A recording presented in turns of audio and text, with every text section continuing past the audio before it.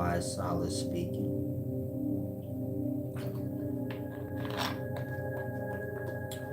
Peace and wisdom. First one in, please let me know if I'm clear. I want to do this deep video tonight.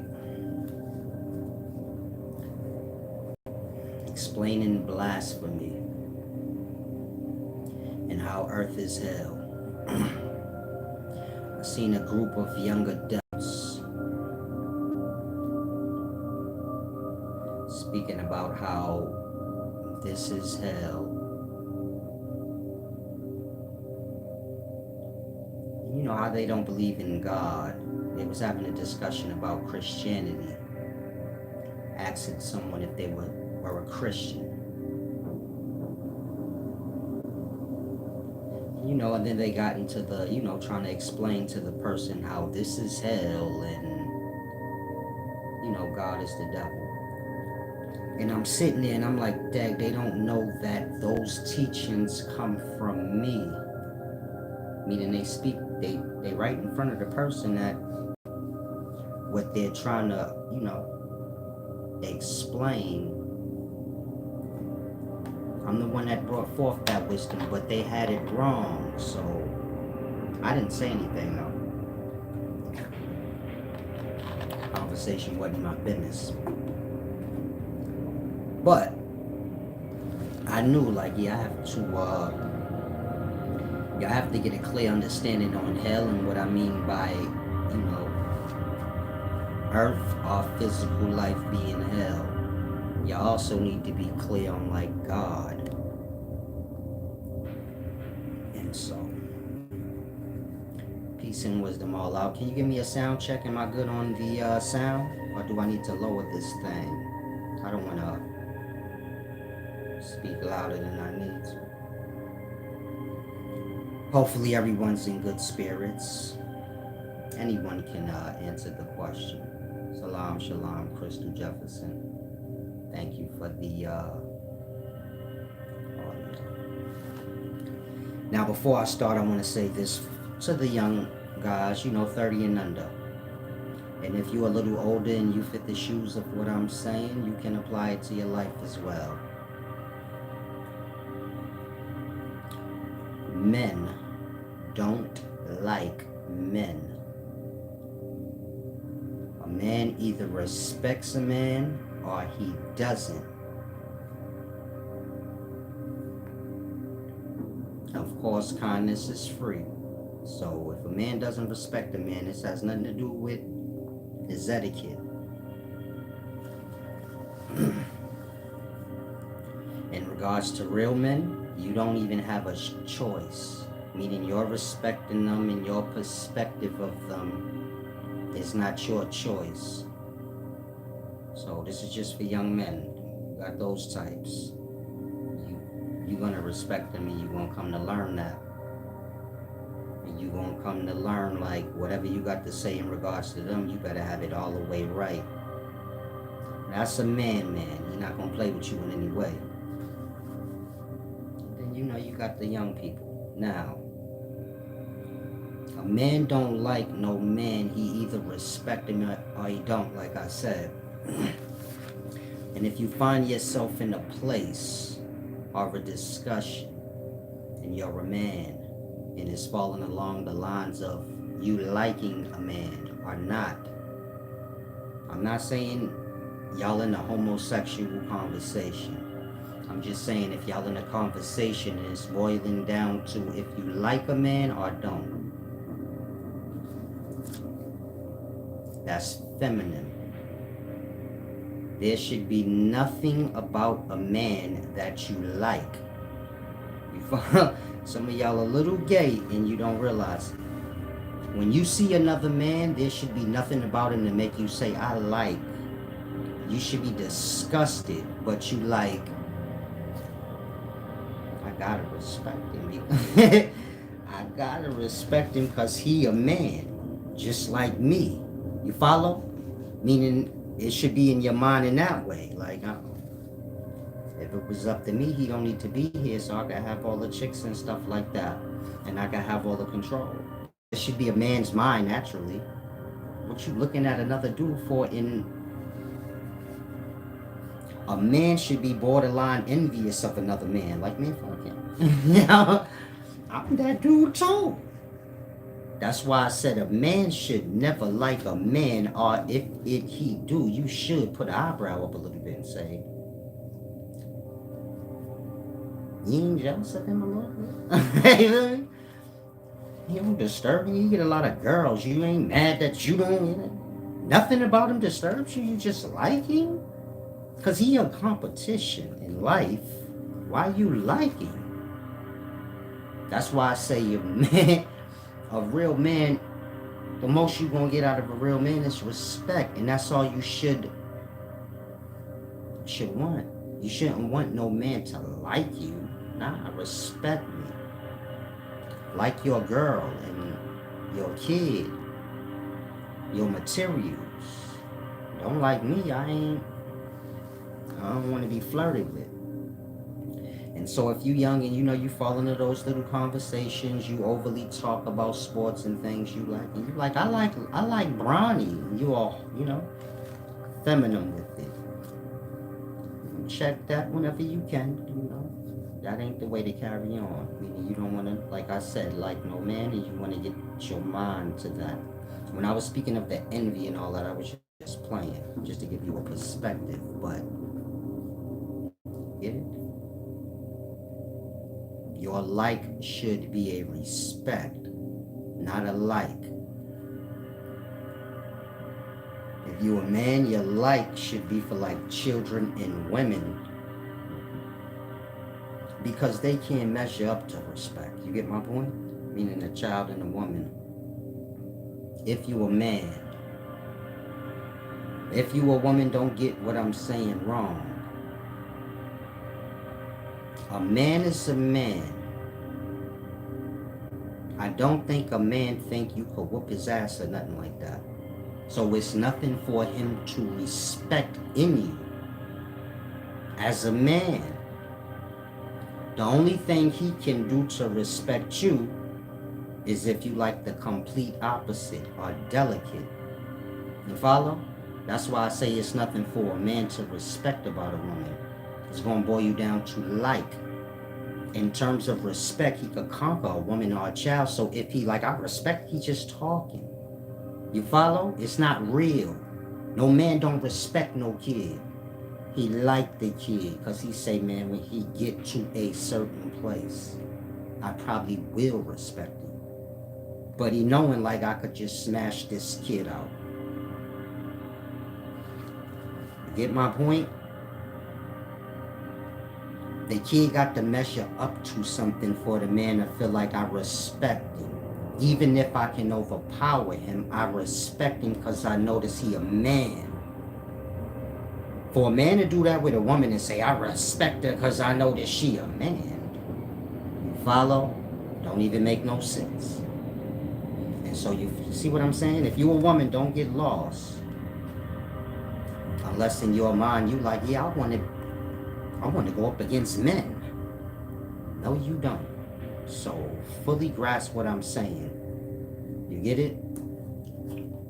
The way women carry it, it's not for a man to respect. Or you got to question if he a man. Women gossip. They do a lot of things that's not honorable for a man. So that's why I'm saying like a man should like women and children. In regards to him respecting them truly, they lesser things to a man, but not in a disrespectful way, just in reality. Unless you a little kid and you like,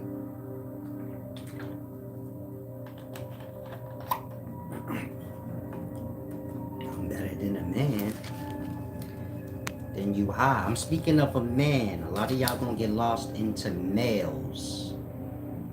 I'm talking about men. Got a lot of males. Get it? A boy is a male, but I'm not talking about that. And so, if you a real man, your woman ain't even gonna argue with you. Like, you get it? Like, if you want to measure, like, am I a man? A chick get all up in your face and argue with you crazy like? Because a woman not going to do that to a man. Even if she thinks she tough, but she recognize, no, that's a man though. Meaning she recognize, he ain't going to fucking play with me like that. She not going to do it. You will see her curse you out and then be like, well, she ain't doing with that. Or she not. It's something different in you than him. I don't care what she say out his presence, but you get it? In his presence, you'll see like she ain't carrying on with him like she do me. Because she see a difference. It's just like a kid. A kid not going to carry on with a grown man. And it's all got to do with character. Don't have nothing to do with nothing else. It's just a character thing. And so, I'm glad you grasp all out. You're a woman. I know in the daytimes, women, you know, y'all compete in the workforce and things, so then y'all get lost into like every aspect of competing with men. Even in being a man almost. And so in that, y'all get, you know, wires a little cross. Creative girl said Earth is hell. That's what I said to my husband. Salam, shalom. I'm going to get into that in a second. But I just want to make sure I give y'all some jewels to apply to y'all life. If you a man, because y'all getting a little, you know, homosexual in the daytime. In y'all nature. And y'all don't want it to get to the point where men looking at you like you a sissy poo. Get to the point where dudes is calling you a sissy. That ain't good. If you like, what is a sissy? A sister girl. Like, you one of them dudes that be like, hey sister girl, you all in the sister girl. You get it? You a sissy. That's what that mean if you ever wondered. Like, what's a sissy? A dude that's always in the sister girl. He a sister girl. He the dude that be with your sister gossiping. He's a weirdo. So you don't want to be a sissy. He not gay. He just a sissy. Like, he jump rope with the girls. He gossip with the girls. If they like, I don't like James, he be like, I don't like James either. But he ain't necessarily gay. He just a sissy. That's a sister girl. Like, hey, sister girl. And so you don't want to fall into that kind of stuff. You know, you can't get out of that. That's the kind of stuff Tupac fell into. And you see it follow him to this day. You got dudes like, nah, but Blood's a sister. He was a sissy. Like, that's what they want to say. Like, he was a sissy, like a sister girl. And Jada Pinkett was his best friend. Blood, I don't want to hear it. Like, that's how real men gonna view it. Like, nah, Blood, I don't care what nobody say. Blood is a sissy. And so if you young, you gotta grasp that. Meaning when it come to Pac, some of y'all are sissies. You get it? You like him more than past respect. Not like Pac. I want to be like Pac. So then into daytime, y'all try to carry it like Pac, where y'all try to like start problems for attention or promotional purposes. You get it? Y'all think that's y'all ticket to getting on. Or start me a beef or a problem. Or try to discredit someone. And y'all got that from Tupac. And then, you get it? You're gonna end up like Tupac. Meaning a lot of y'all overlook that part. It's cool to like be dumb. It's cool to be somebody till you gotta be them. And so whatever you admire about Pac and his ways, just keep in mind it got him killed. So you got the grass. Some of y'all too old to still be liking Tupac. Tupac was 25 when he died. You 40 something years old. That means you need to mature. There should be nothing that you like about Tupac because you beyond them years. That's like Bow Wow came out and he was 13 You get it? And now you 30 years old talking about, yeah, I still like Little Bow Wow. Just imagine Bow Wow's 13, dead now. And they still talking about that Little Bow Wow. Not the Bow Wow now that's old and fat with the receipt. Now I'm just playing Bow Wow. I just got him. I'm just playing Bow Wow. Don't look like that. Y'all know that. But I'm talking Little Bow Wow. It would be absurd.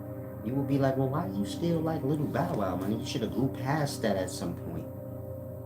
You should be able to see all of Little Bow Wow's flaws by now and not be so impressed. Again, some of y'all in y'all 40s, you still like die hard over Tupac. That means your mind ain't growing. Something ain't growing. Because Biggie Smalls and Tupac should be like little kids to you now. Meaning these dudes is older than I was when they died. Biggie 10 years, Pac probably 11. But there's nothing about them that make me like, you get they little kids to me now. When I'm looking at them, that's all I got to go on. Ain't no grown up version of them now. It's just that. I'm grown now. I'm wise as hell. There's nothing about them that's intriguing. In terms of like the way they conduct themselves and all of that. And so you get my point? Many of you guys have to get to that place. All out said, I'm not jumping into no man's face. Ain't no woman jumping in no man's face, but y'all will jump in like a sister girl face. No, a sissy. If y'all feel like he that. And so, don't no chicks jump in my face. I want to be clear on that. Never happened. It did happen when I was younger.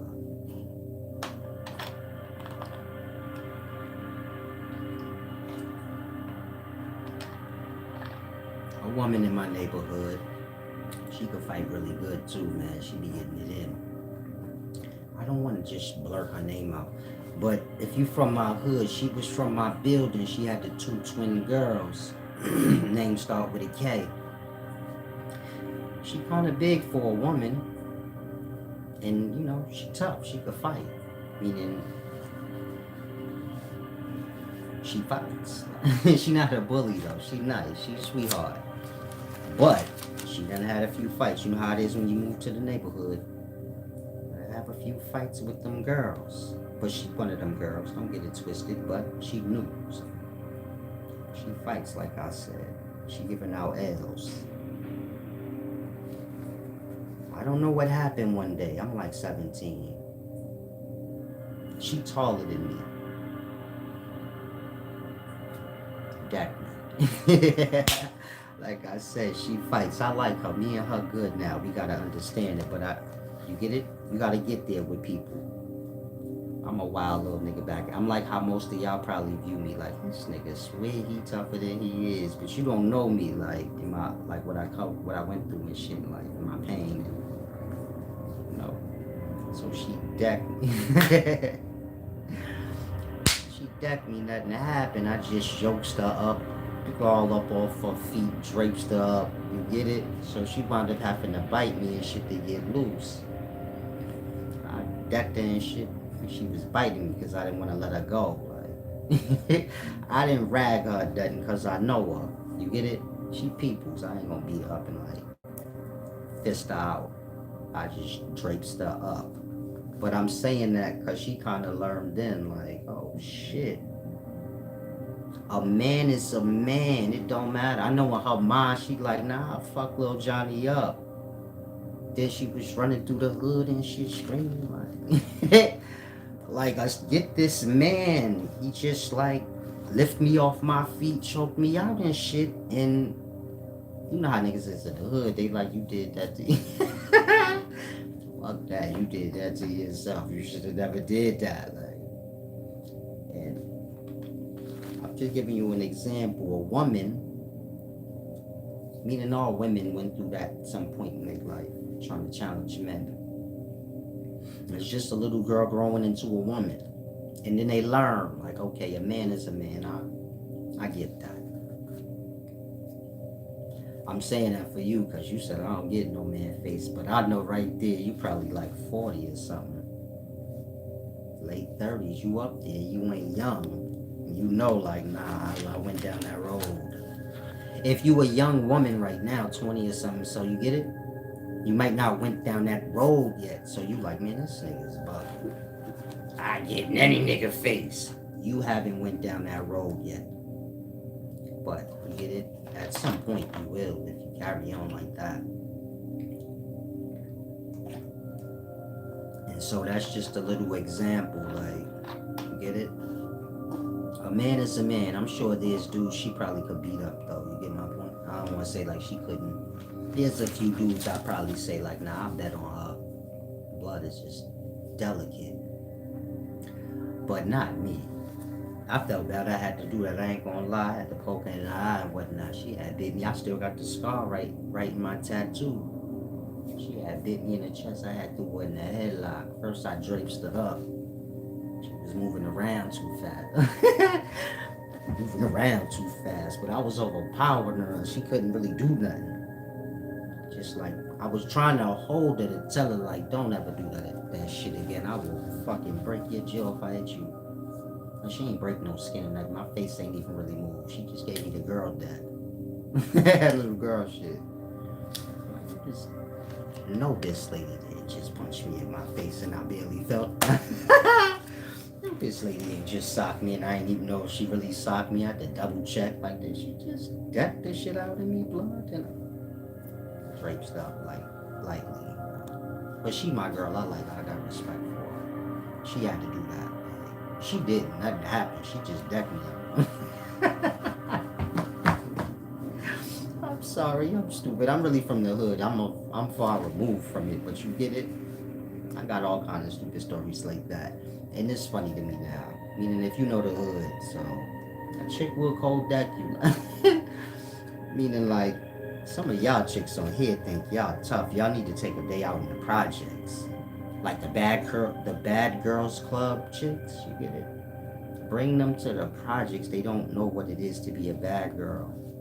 And chicks out there, you feel me? They decking dudes. They getting punished after that. But you feel me? They really bad girls, man. They do what they wouldn't do. Some of y'all from the hood, you like, yeah, I was thinking the same thing. They would not have the nerve to do what them girls out there holding guns. They are the drivers in the drive-by. You on Bad Girls Club, you like, I'm tough. Man, they the drivers in the drive-bys. When you see dudes doing drive-bys, it's a girl driving in real life. Not a dyke or a butch. A girly girl. She's a girl. No one's confused on that. And she the one that dropped them there. Like that. She ain't probably doing no shooting. But she the driver. You get it? Like, she about that action. So, a lot of y'all on here, and you know, in entertainment, keep that in mind. There's levels to life. And there's some cold-blooded chicks, you know. Like, I know a few where I'm like, yeah, I wouldn't.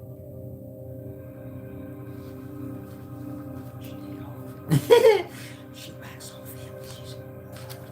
I don't want no problems with her. If you young and you on here, and just keep this jewel with you. And then I'm going to get to the video. When I was growing up, so your people's gonna always tell you like, don't act with your friends how you do with your family. You get my point? Your family. Don't be carrying on with your friends like you do us, because that's different. That might go somewhere else. You get it? You argue, you do this thing or that thing with us in the household. Don't carry it outside the household. And do it to your friends, because they ain't your family. They may not be used to that. And it may cause like a friction or a cold-blooded war. And they're going to tell you, don't carry it with strangers like you do your friends, because them people don't know you. You might like overly play with your friend, grab your friend butt. Don't do that with strangers. Make sure you get to know a person and you get it. And just teach you the levels of things. be this way with us and get carried away this much, but when you get with your friends, try not to. Learn your levels with them and keep it there, and don't play with strangers because they don't know you. They ain't your friends. That's gonna always go ugly. Now I say that because on here, y'all be like tearing down strangers. Basically people y'all don't know. And a lot of y'all are young and dumb. So you think tough is like, I think I'm gonna do this, or I think I'm gonna be tough. Tough ain't that. You got people that been in life for a long time. They've been tough for real. They got everything in play to be tough. Meaning you could be in any state you want. When you're a little kid, you think you tough, you running your mouth about somebody from somewhere else. Now they might have been in life for quite a while now. They deal with people in different states before. They got reach. They got money set aside. They know a bunch of people that, you know, stand on that kind of business. Where it's nothing to be like, yo, yeah, my man from over there, he doing that kind of stuff. He pop off, throw him something to handle that business for me. I'm saying like that. If you young, you can't get lost in life and think like tough is some tryouts thing. You got people that already, you know, that's just their normal life. It could be a regular working person. Come home from work, he with his family, you think he just a regular square. He been in this life a long time. You follow? Like that. You don't want to be playing with people that you don't know. Because more than likely, if they a man, you're going to get hurt. You don't play like that. They don't know you. You a stranger. What you doing? That. And so you don't want to adopt everything you see online. You don't want to watch like a whole bunch of Tupac and then think you Tupac and stuff like that. You don't want to take in too much from TV land, because it ain't gonna work for you in real life. I'm not saying nothing. I just said in an indirect, like an indirect threatening manner. I'm just telling you the real. If you fuck with me, I hope you got a brain already. No, I'm not gonna play with you. You don't even have to question nothing. If once I find out you acting a fucking fool, half gay, well, you know, like you obsessed with a man. What you think I'm gonna do? I'm not gonna play with you back. I don't play like that. That's like flirting back. You flirting with dudes. That's not. I'm gonna get a little nervous, like I think he liked me a little bit. Flirting with me every day, every day. If you out there doing something like that, because I don't be online, so I don't know. Y'all might see somebody doing that. And I'm here, I go talking about it. In the dark, though. Shit, let me know. But you do gay stuff like that, don't That's flirting with me. Flirting with me. If we were somewhere where you could overpower me, you might try to. You're getting too obsessed. And so, overall, you know, if you're young, you just learn your way. I know a lot of y'all ain't got fathers or older people in y'all life. Y'all just do any dumb thing. So, living life, get to a certain age, learn your way. Learn how things go. That way you get old and stuff like that. Otherwise, y'all dying at an alarming rate. All out said, I've slammed a man in my 30s for disrespect. Yeah, I know some chicks that's hella strong, where if you a man, you like, I don't want to play with her. Because you got to get real with her, because she too strong to play with. Like, you can't play with her like a girl and go light, because she mad aggressive and strong. You got to really do her like a dude. But then you going to be wrong after. You get it? Some of y'all know chicks like that. You like, nah, she too strong to play with. You gotta play with her seriously. Like, she a dude for real. And then you're gonna dust off too much. And it ain't right. So, I know some chicks like that. I had a little shorty like that back in the day. I used to have to tell her, chill, don't stop play fighting with me so much. Because I'm a... fucking arm punches feel like bro shit. My man, like, you know how chicks play, oh shut up Johnny, and it break my arm, like, oh no, shut up. I'm gonna be strong though, like, yeah, ha, ha. You know the fake cheek. Don't do that again, man, I swear. Almost broke my arm. I think she fractured my shit. I almost reacted, cold socked her, sleeped her out, blew her nose. Snot coming out her nose, doodle out her butt, dripping down her thighs and her sock because I sleeped her. That's a good sleeping if you young, like. You might have heard me in the past or something. Might say like, I'll knock you out, I'll clean you out. That's what that means. I'll punch you in the stomach a couple of times, get your bowels a little loose. Hit that jaw a couple good times, dizzy you out. No, and then give you one Babe Ruther. Cracky! Sleep you out. Jesus Christ, this is when your arms just spread out like that and your legs is crossed because you fell all wrong. Your arms are spread out. I say like back in the day, me and my homies be like, yeah, Jesus Christ. And this is what we went for. Like if it was a fight, my man be like, no cheese, I got this one. I'm a Jesus Christ. And that mean I'm gonna knock him out. He gonna be asleep. His arms gonna be stretched out like he on the cross. And his legs gonna be crossed. He gonna be laying in the middle of the street. Looking like he on a crucifix and whatnot. So, that's called the Jesus Christ, but you gotta have a lot of shakes, you feel me? To get to that, like, where you like, I'ma knock him out and sleep him in a certain position. You gotta be like, I knocked a few people out to know, like, nah, I'ma hit him like this and then he gonna be fetal. I'ma hit him like this, he gonna fall face first. I'm a Jesus Christ. I'm just giving you a little juice if you young, put that in the back pocket. All I'll say, he was 135. You around 189. All out is a female. I'm sorry, y'all, I'm laughing. She say she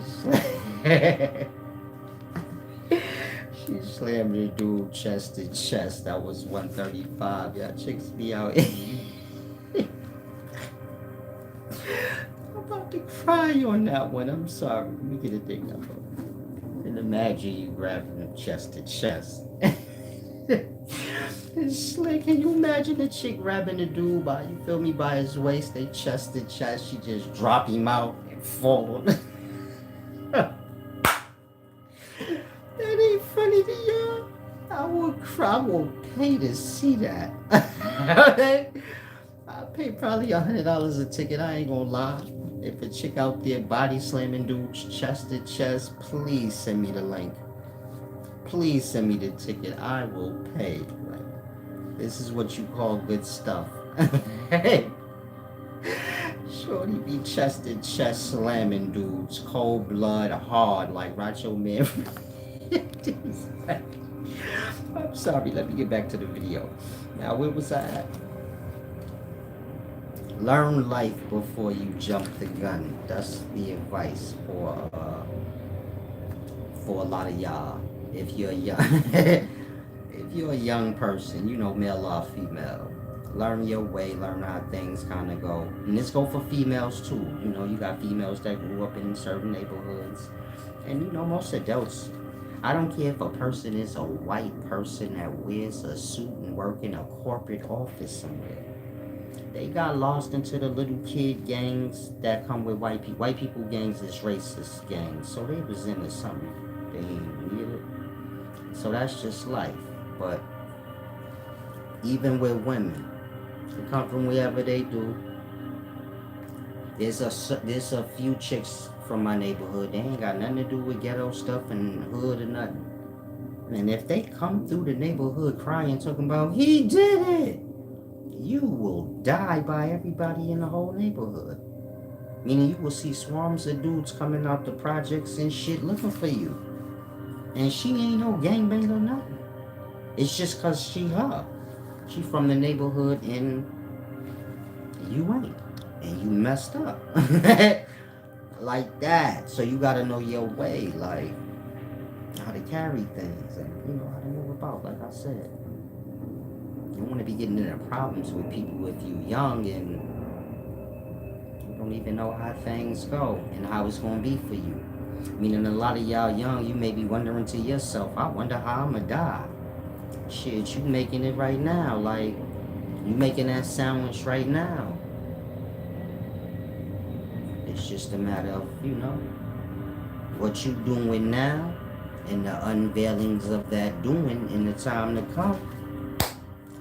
That's your ticket right there. So you get my point? I'm just giving you jewels. That's like as an elder person. Get to a certain age, you see, like, yeah, right there is where I went wrong. And some of y'all like that. You making your bed right now, but you don't know. So you like, yeah, man, I wonder how I'm gonna go out. Shit, you gonna go out like right what you doing. What you doing right now is gonna be the story to tell why you got clocked out. That's what I mean by you making your sandwich right now. Cause the hero ain't nothing but a salami sandwich, you feel me? You don't ever want to lose your sight on that.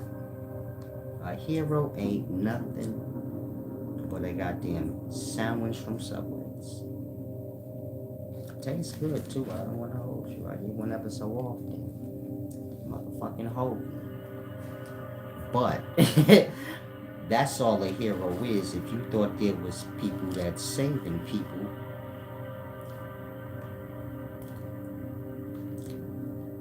sandwiches that save you from the hunger. Other than that, get real. Now, let's get to the deep. If y'all have any questions, y'all can ask. If you have any disagreement with anything I said, you don't have to tell me. Just live whatever your truth is, which is your perspective. Just live that. That's not truth. That's just your own. See if it hold merit,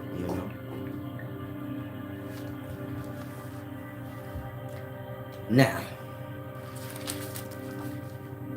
let's discuss blasphemy. This place being hell. The topic is blasphemy. The lambs. This video is about the lambs. That's the religious. I'm the Christian slayer.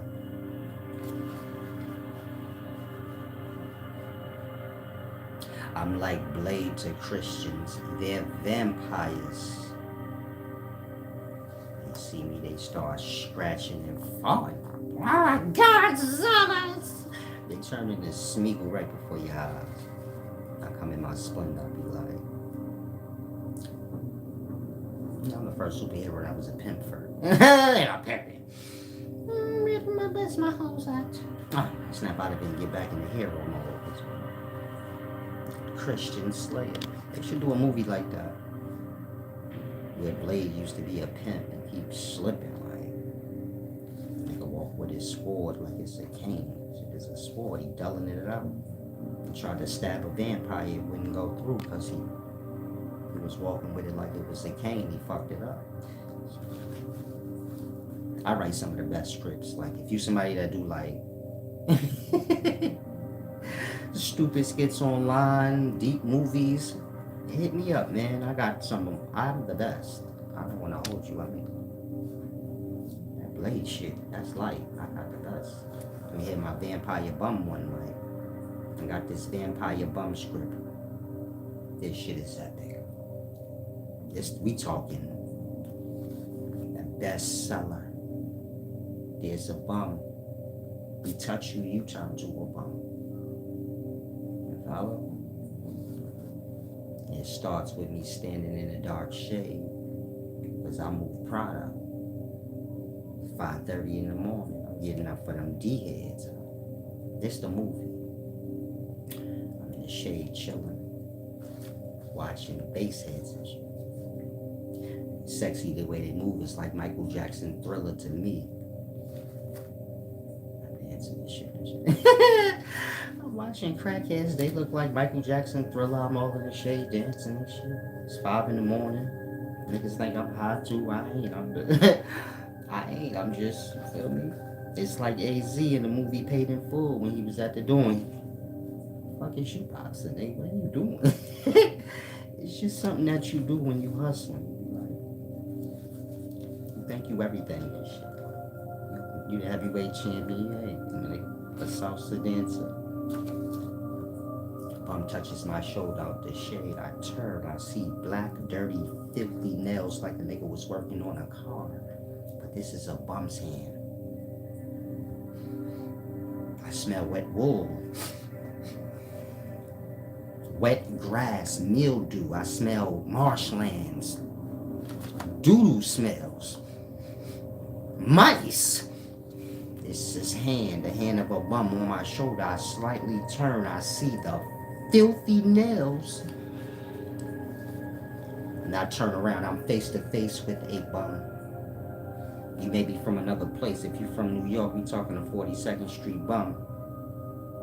These dudes cold-blooded. He's looking me dead in the eyes, breathing. Change.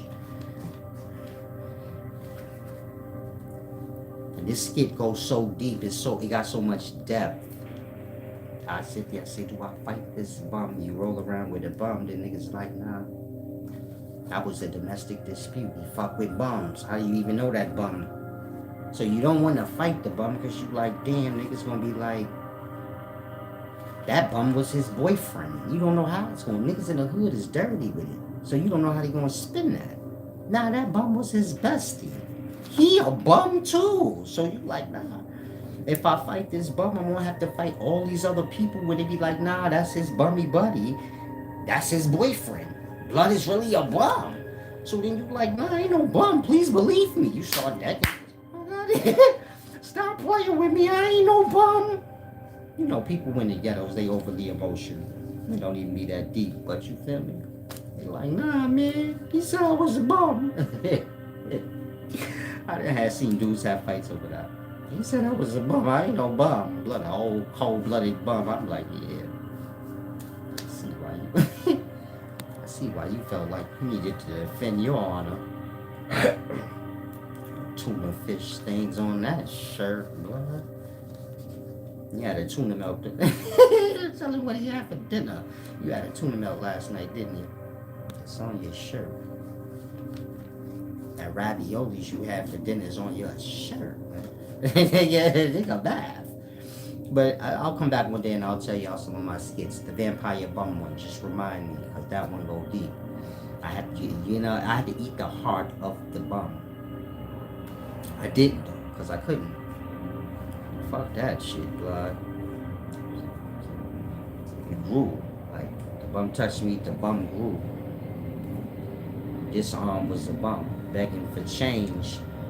The rest of me in D-boy fashion. But this arm was like turned into a bum. Before 12 midnight, I have to find this bum that touched me and passed the bums off to me. I had to find him in his heart. A real, true vampire story. I found that bum.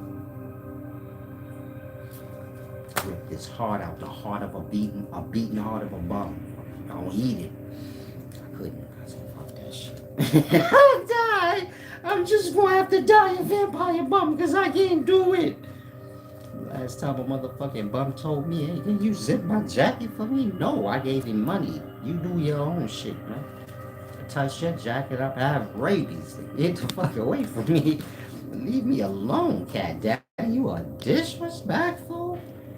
Can you imagine a bum coming up to you filthy talking about, can you help me zip my jacket? I got mad McDonald's and shit I begged for. I ain't got no hands. Can you zip it? Blood, if you wasn't a bum, I put my hand. Blood, if you wasn't a bum, I would put my hands upon your body. Blood, if you wasn't a bum, I'd knock you out and put fresh clothes on. That's how you piss a bum off. You clean them up. And shit, get them mad. They like the little kid when you comb the little kid hair. They go, I'm getting my hair done, mommy. That's a bum. fixing up the little kid and they getting mad. That's like that. You know, fucking brush your bum's hair and give them a bath and a clean shirt. They will hate you. Like a little girl who had to get her hair done hate her mother. I hate her. She always trying to fix me up. You little bum. Your hair. Your fucking hair look like shit. What are you talking about? I hate my mother. Why kids do that? You'll be like, what happened?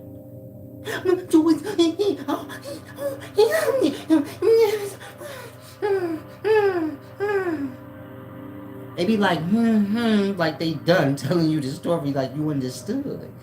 You like, alright. Are you gonna ever tell it to me clearly? Be like, I don't know what you said. Say it again. They go right back into the same spiel. Like,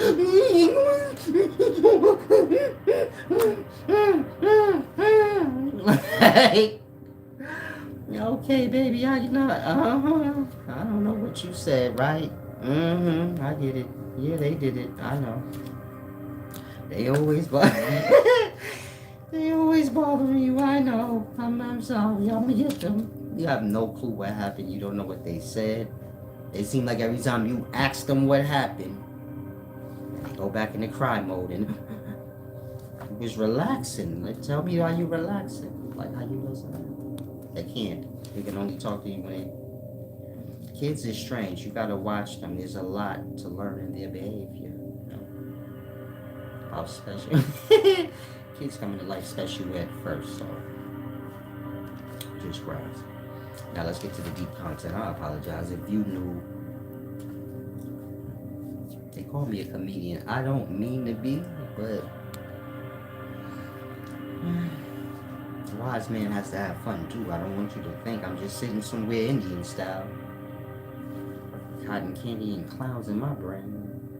The square root of jelly beans. I'm like y'all when I'm off duty.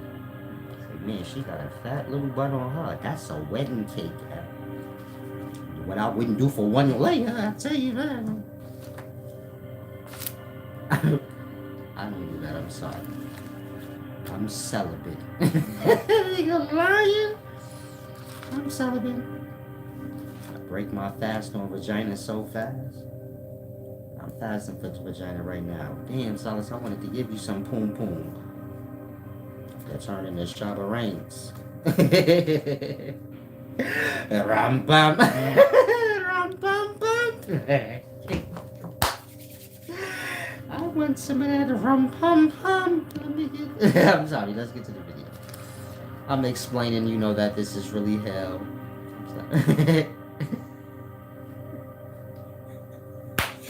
Some of y'all too young, y'all don't grasp the splendor. Like, this is all legendary stuff. Like, you gotta be a certain you gotta be a certain age to know what I'm talking about. Now let's get everything together. This is why this channel is the best, because you come here, you feel me? It ain't like traditional learning where you go learn from a cult or something and you get a whole bunch of rules. You feel like you in jail. Come here, you learn how to be free, have a good time, learn good etiquette. Because you got to show that first for you act a damn fool in this life. Acting a damn fool, this is where the fun is. But you got to earn that with good etiquette first. And people got to know that you have that. And then you can show your ass a little bit. It's like I told y'all, you want to make a little room for error. Like that. So, if you know you like being an asshole, make sure you put in a lot of work. You have to make a lot of room for error. But like I said, if you come here, you get good laughs. This is not the cult channel or the religious channel. The rule-stricken channel. This is the learning from life channel. Life is a balanced thing. Glorious thing. But you have to have an eye to grasp. He said, Earth is not hell. Hell comes from after death. That is if you do not repent and accept the Messiah. Y'all be going in, boy. You ever seen a Christian get worked up? I love it. I sit back, I be playing on their soul. I be like, you know, if I go to church, they like kids. They stupid. You know, if I go to church, I'll get on fire. That's why I never go in there. You know, I'm the devil. They be like, mm-hmm. They like kids, my nigga. I said, damn, if I'm the devil, nigga, shit ain't gonna be that. In real life, I don't think people gonna believe I'm the motherfucker from the beginning. Like, I don't know. Give it a shot, shit. Christians like that, they play stupid so much they turn dumb. I play dumb with them. I be like, you know, I'm the devil. Like, I knew it. Whoa, Christian, chill out. I'm just playing with you, blood. I'm not Santa Claus, ain't I? Come on now. I'm younger than you, stupid asshole. If I'm the devil, that means my mama is the devil helper and my grandmama and her mama planet. Did you think about it? Not a Christian, man. Shit. They be desperate to call a nigga the devil, boy. Christian love insulting people. Christians is like this God they worship. They always threatening people. You better repent. Why you always threatening people like the God in your Bible? Chill, cat daddy. Ain't that deep. Never hit you with mad threats. You gonna go to hell. We already there. The joke's on you. Like, that's how they get through hell. Like, no, this ain't hell. Hell is coming. I know. Like a motherfucker trying to lie to yourself. This ain't in hell, though. Those babies that got trafficked ain't got nothing to do with hell. No, the horrible shit that happened here don't have nothing to do with hell. Okay. I done seen some shit happen here that they ain't even mentioned in hell. Where I said, man, this is definitely, you right, this ain't hell. This is after hell. This is hell 2.0. Hell part 3 of it. Now let's get to the deep. I want to explain everything so y'all be clear. TT, man. So you're going to be in that lake of fire. I love fire. I can't wait till I get my turn in the lake of fire.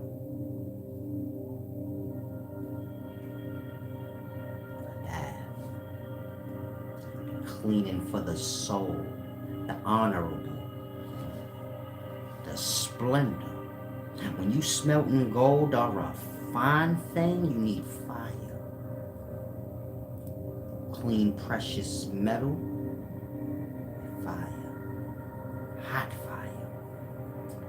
You refine that copper from green and tarnished to a precious shiny gold look.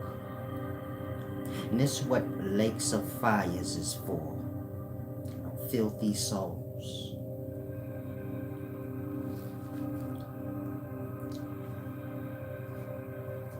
Only to the filthy and, misunderstood like yourself. So these lakes of fire is lakes of torment. If you ain't true, fire burn you up. If you true, fire don't do nothing to you. You in fire 1.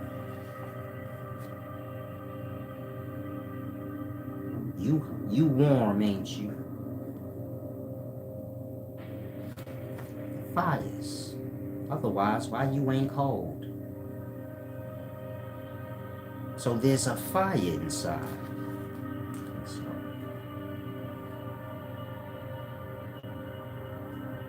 Christians have their threats, but I don't care about them. They don't mean nothing to me. It's just your misunderstandings of things. But everyone's going to the lake and y'all have already been there.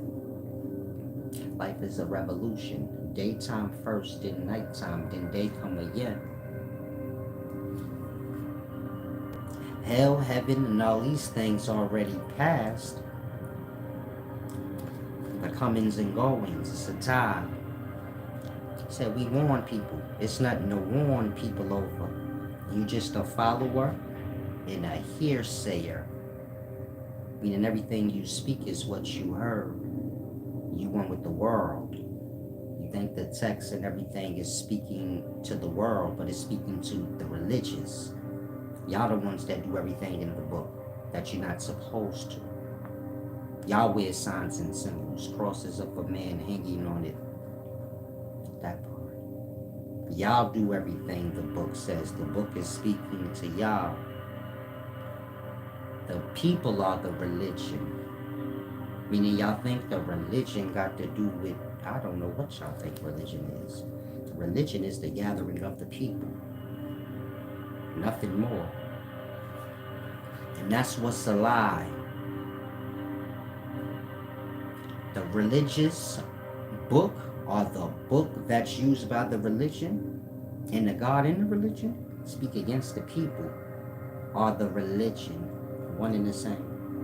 And people gathered around lying. And go down the line and ask all Christians, have you read the book? And did you understand it after reading it? And if you didn't, did you seek comprehension? They ain't even read the book. When they speaking of the book or the religion, which is supposed to be standing on this book, they never read it. Because the book, in the God in the book, speaks against them. So to get the book will only serve that point. This being a point they don't want to know. A Christian ain't trying to prove I didn't never read the book that I'm in. That's why I don't know the book talking about me.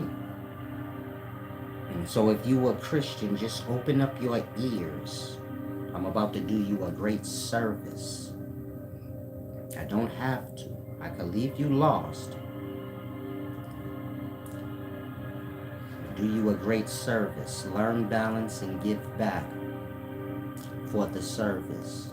You're not one of mine, so maybe you come back, maybe you don't, but try and grasp. So it seems to me that you have never met a real Christian. Salam, shalom. A lot of y'all are young, you say stupid stuff. There's nothing new under the sun. Wisdom has nothing to do with a person.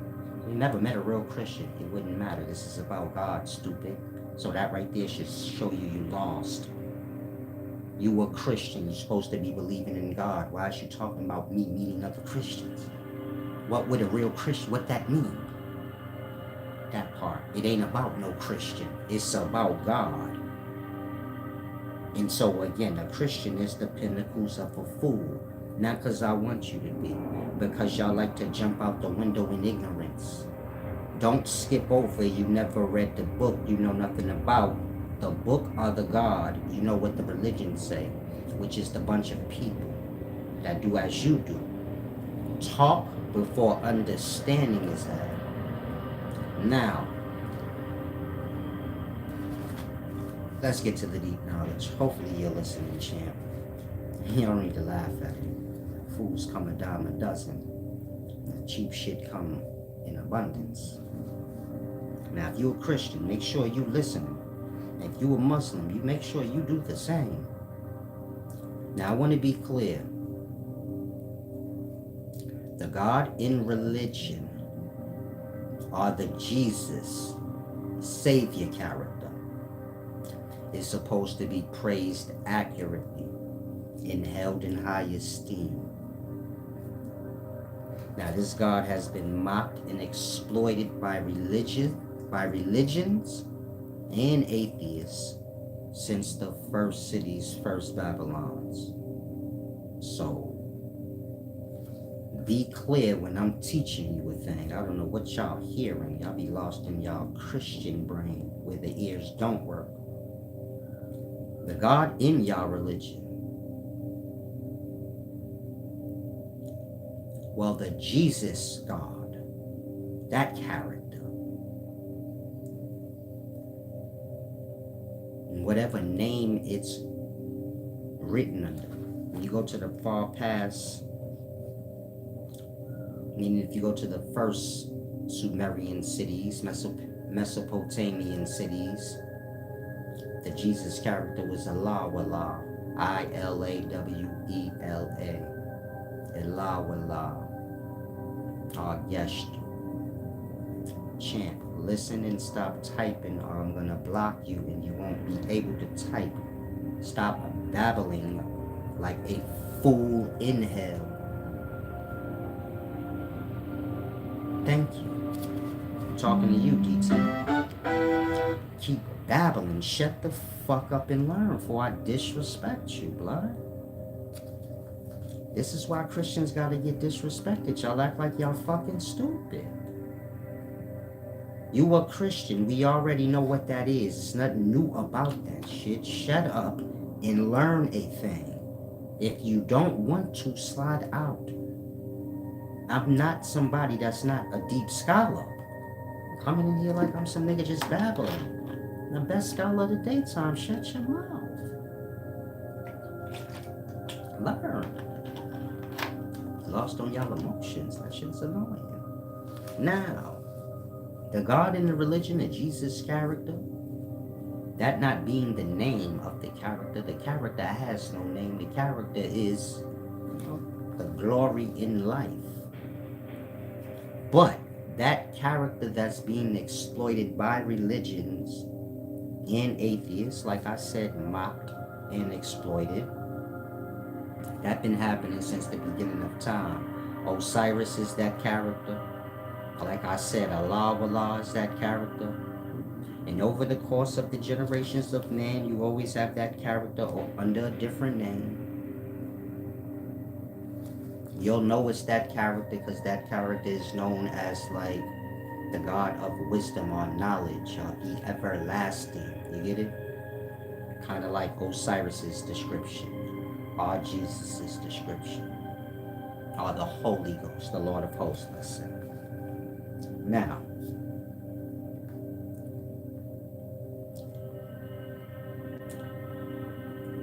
like I said, religion is the people, the gathering of the people. And that's what's a lie, meaning the people are a lie. They pretend like they know the text and they're one with this God, but they're one with the people. The religion is just a gathering of the people, not God. Now, God don't have nothing to do with this gathering of these people. And these people say anything, as DT's letting you all see. When they say anything, they don't listen, they babble, like how the books say, Bible, Babylon thing. Just babbling on and on and on, not truly listening to anything. And so that's how they fell into the religion to begin with. Not listening to anything, just following and babbling. Now, the book of the religion and the God in the religion speaks against the people, which is the religion.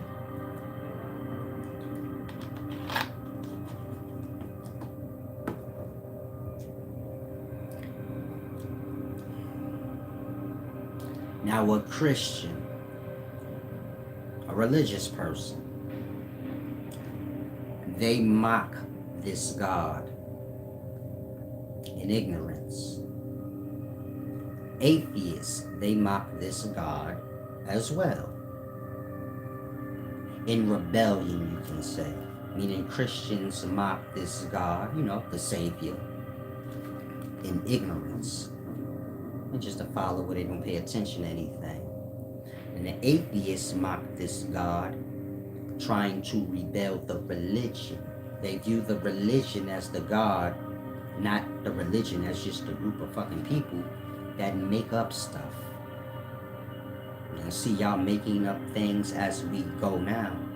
Meaning y'all don't have proper understanding, don't read the text, but y'all will have conversation and add y'all take on what you never even dived into.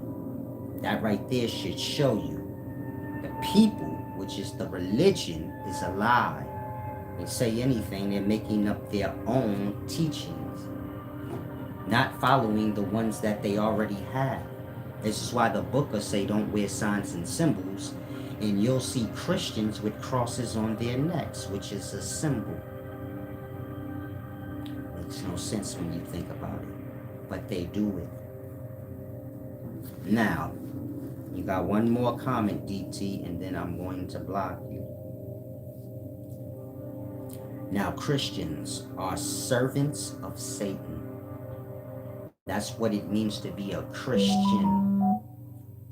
I'll say that again. That's what it means to be a Christian. A servant of Satan. And they praise this Satan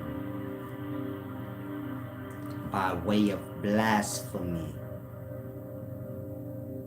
If you lost and you don't know what blasphemy means, you can look up the definition. But overall, the definition for blasphemy is when someone is speaking in disrespectful manner towards God. God being a personification of good, like devil is the personification of evil. De-evil. Add an extra O to, take away a O or add an extra O to God, you get good. It's like the personification of, good and evil. Devil and God, that is. And so if you look up the definition for blasphemy, it is a lie against God, but an ugly lie, like violent acts or sacrilege. Like sacrificing, that's what sacrilege is, to sacrifice a good thing. So if you look up blasphemy, it basically means that. If you know God, disrespectful talk towards God.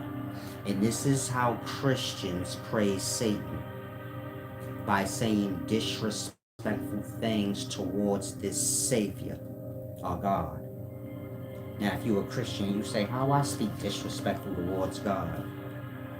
In your religion, God is strung out on the cross. He got beat up, spit on, disrespected. We talking about God, the everlasting, what can't be killed. You got to be a fucking fool to speak in this manner. But this is what y'all do in ignorance, because y'all babble a lot and don't ever listen. But again, you got this religion. It got to do with Satan worship. And how you worship Satan is by blaspheming God. So in the religion, they put God on a cross, call him a lamb. That's an animal. And they say he got beat up and spit on. God. Does this sound familiar to you? Because this fall in the line with blasphemy. And it was a time when this blasphemy was spoken. It was clear, meaning when the religion was new, nobody was confused on what this was, this Satan worship. Why is you telling me to blaspheme God? What do you mean God got beat up and spit on and strung up on the cross? That can't happen. That's God. Meaning you can't get lost. God is God. This is why blasphemy is when one speaks a lie and disrespectful tongue, assaulting talk towards God. And you can't assault God. You can't kill God. You can't do nothing with God. I don't know who told you you could, but you disrespectful. And so this is what a Christian do in ignorance. They say, I'm going to wash in the blood of the Lamb. Oh, you think God going to be dying and you going to wash in his blood? They ignorant. They don't listen to the words that come out their mouth. And they don't listen to the words that's supposed to go in their ears. These words. Just babble. I'm a Christian, so I just don't know what he's talking about. I'm a scholar. I know this perfectly. And so again, Christianity is a blasphemy. It's a Satan worship. It's the only way you can worship Satan. You have to blaspheme God. If a Muslim wants to show that they disown God, they have to, you get it? Do something disrespectful to the Quran and speak disrespectful tongue towards Allah. Now, Islam is just the ISIS cult to Christianity, which is the Osiris cult. So you always have ISIS cult and Osiris cult.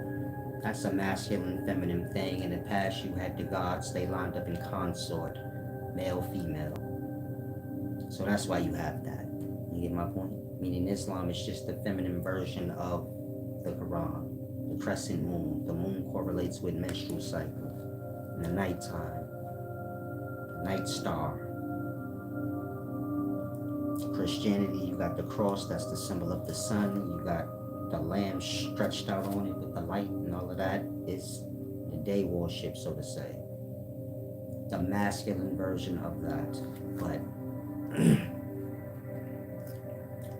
it's all Satan worship. And like I said, when you're dealing with Satan worship, you'll always know it's Satan worship because you have to speak blasphemy against God. And so a Christian don't do it on purpose, but because they're a follower, they don't listen to the words that come out their mouth.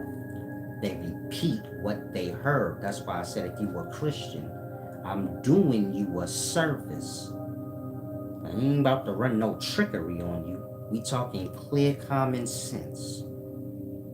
You say God gonna die, he got strung up on the cross, blah, blah, blah, blah, blah. Good gonna die for evil according to the way you know it. Meaning the world is sinners and the God gonna die for sinners. But you don't worship the devil. Cool, got it. If you read the book, it explains that you worship the devil. It explains that the Jews worship Caesar. The Jews are the one that turned Jesus over to basically the early Roman Catholic Church. This is according to the book. Meaning if you picked up the book and you read like Matthew, Mark, or one of those books, it's explaining to you what happened. In the explanation, it explains how the Jews, the ones that y'all call Jesus people, they turned him over to the powers, which is basically your early Roman Catholic Church. And they said they wanted him killed. So again, the God in the book speak against the religion or the people. Christianity come from Judaism. That's what makes one a Jew. If they follow Judaism. The Jews turned him over to the Romans. The Jews are responsible for killing him in the early Roman Catholic Church. According to the book, not me, the book, meaning the God in the book was disrespected by the religion, which is the gathering of the people, according to the book. And so in the book, oh, they spit in his face and blah, blah, blah, blah, blah. And everybody's going to have their piece of this God, meaning eat. This is why Jesus says, like, at the Last Supper, this bread is like my flesh, this wine is like my blood. Basically telling them you will all have plans to eat me tomorrow for the Passover because you said I was a lamb. Now, if you understand the past and you understand there were no stores, if you want meat, you have to hunt a specific animal. Humans are man being meat no different than any animal you can think of. In fact, man would be the best meat. We're not speaking cannibalism. We're speaking animals would prefer to eat man, but they know the consequences. Man is top of the food chain. Now watch your step. A lion kill a man, it's going to be a whole army of men seeking out this lion. You know how it goes. Lions get put down every day for that. Some little girl get bit, whatever. The animal getting put down. A crocodile eat a little boy. By nightfall, that crocodile going to get put down. And a bunch of other crocodiles till they find that one. Animals have a brain. They already know how it goes. They know what the food chain is just like we do. Now, in regards to eating meat, so, like I said, we're speaking in the past. The book has to do with the past. And so the God is being referred to as a delicious delicacy. This is why all of this happens on the Passover. This is when the Jews eat a lamb. They say that God is a lamb, an animal. That's disrespectful. That's like I call you a lamb. That part. Christians speak blasphemy against God. Say I'm gonna wash up in the blood of the lamb. You follow? According to their understanding, this God got beat up and spit on. And all this other blasphemies. And that's what it is to be a Christian. To believe in blasphemies against God. You know, ugly acts that never fucking happened. And couldn't happen. Otherwise, we're not talking about God. I don't know what you think God is, but it ain't somebody you can beat up. Now I have to take a quick restroom break. I apologize. I tried to hold it, but I can't. Give me 1 second.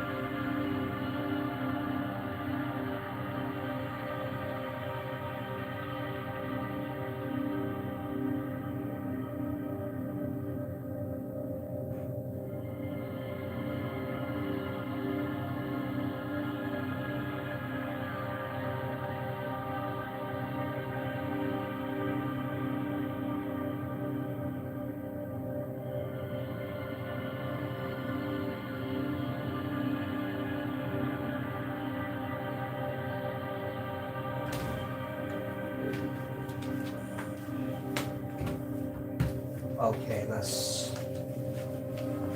get back to church.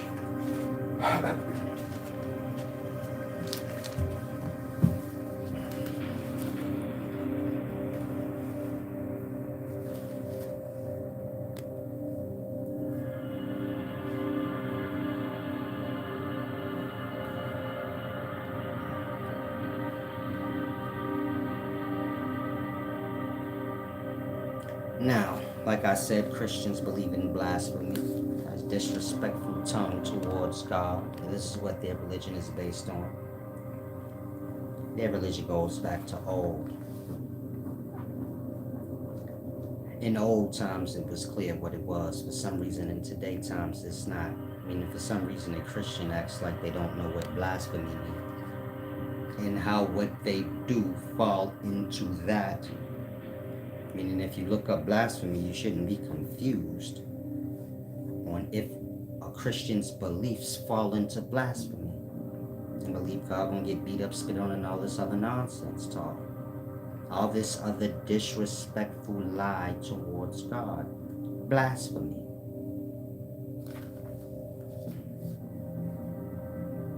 Now,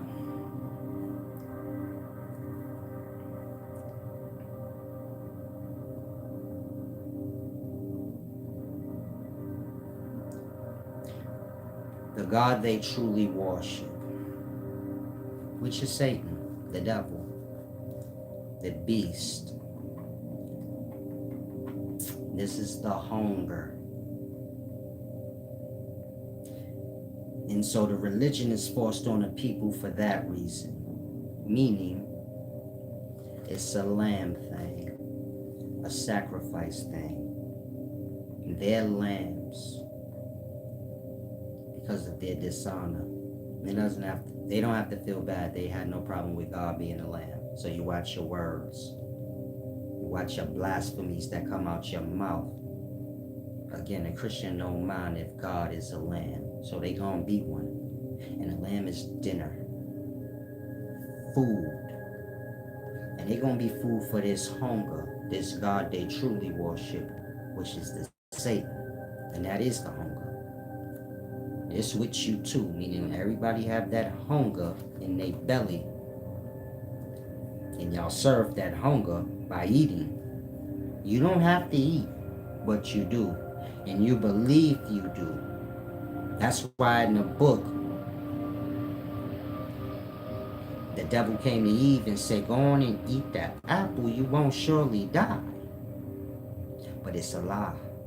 It's like y'all say, man, if I eat, I won't surely die. And you won't today. And every time you eat, you're going to stop yourself from falling into your hunger pains and dying. You know, if man don't meet, he eventually die according to his understanding. The little hunger disturbances he get is sign to him, I better serve this God in my belly with life. Meat, fruit, vegetables, whatever he eat is living life. But he kill it. He make it serve him, well, his hunger, which is the Satan.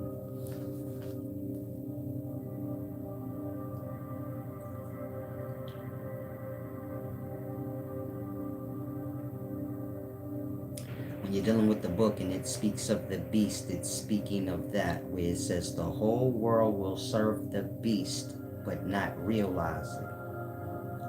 And so the Satan is with us. This is something we're supposed to conquer or overcome. But for now, y'all serve it through murder or slaughter or what y'all call eating. And y'all do it because y'all view it as a good thing. Now, like the serpent said to Eve, or the Satan said to Eve, if you eat, you won't die. It's like y'all figure, man, if I eat, I won't die. If I tell you stop eating right now, then you gonna say, nah, I'ma die. So eat. Because you still gonna die. Like everybody. That's why I say to Satan, or the hunger, is a liar. Again, if I tell you don't eat right now, you say, nah, if I don't eat, I'm gonna die. But you're gonna die anyway. You forgot that. You convince yourself, if I eat all these days in my life, it's gonna stop me from dying. But you know it ain't. You gonna get old and die. Period. That's the story of the Garden of Eden. That's what that means when it say the serpent came to Eve, and then it's talking about eating now. It's talking about what y'all carry with y'all and how it misguide y'all. Now, a lot of y'all too childish minded, so you view it like, oh, my hunger ain't nothing. That's a real entity in life that predate you. Meaning that Satan is real. It's with y'all. That deity, you eat, don't you? Do you play with that shit? No, you don't. And so, there's the Satan, and it's with y'all, and y'all serve it. This is what Christians serve. This is why their religion got to do with God getting ate. That's why the God is a lamb, and that's why the God is blasphemed. Meaning they say the God was spit on and beat up and all this nonsense. To serve the Satan. And if you are a Christian, that's what you are. You are a follower of Satan. You speak your blasphemy towards God. I'm not saying his blasphemy is true. You ain't never seen nobody put hands on God, so you need to cut it off. But you say it happened. So whatever. I'll let you go, DT. Salam, shalom. Now, Christians don't deserve, meaning DT speaking for Christians in this moment. So this is why I talk to y'all how I do.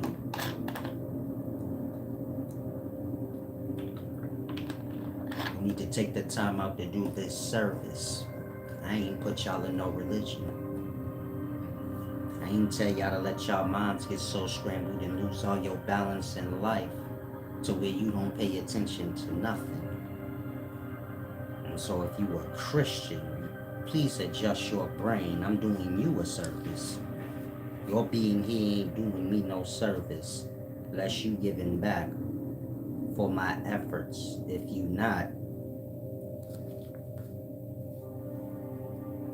the blasphemy you speak is the blasphemy you speak. What's done is done. And so you need to make right with that. That's your sin. Speaking disrespectful tongue towards God. Now, like I said, everybody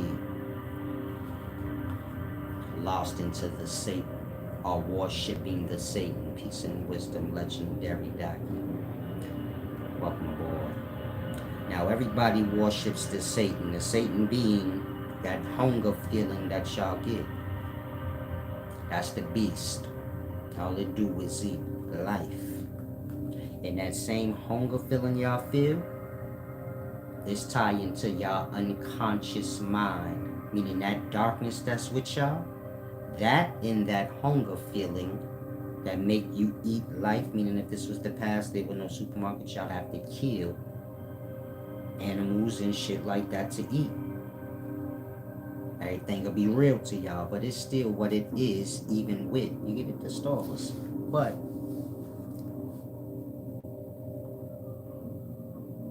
you serve the beast, so to say. This is the Satan in real life. Now that hunger correlates to your unconscious mind. The beast just eats life, however you cut it, non-stop. And man served this beast, meaning man feed the beast so the beast don't eat on him. This is why in the Bible they say they brought their kids and everything they had to the god Moloch. Moloch is like in Islam, Malak, the Malak al-Maut, the angels of death. Moloch is that, death. They're giving the life they have to this death because it will take them. We speaking of the hunger that's in y'all belly, but like I said, this thing everywhere. It's a part of your unconscious mind, that darkness. If you lost every night, that darkness swallow you as a living soul or consciousness, and you lose your life or your sense of awareness, knowing that you even exist. Released and freed back out so you could serve the hunger, but that's gonna last however long it lasts till you get old and die, which is inevitable. That's why I say we have to learn true diet and things like this, which is dependent on moderation. That being dependent on one learning to fast naturally. That way you could conquer food. Man, I have this belief where you think you have to eat, but food is just an addiction, so we get the hunger pains from it. And you follow? Eating is not something man has to do once he become grown. When I say man, I'm speaking mankind. You have to eat when you were a little kid because you have to get where you have to get, but all crutches have to be let go at some time. You can't just be dependent on a thing. Diet included. So man serve his hunger.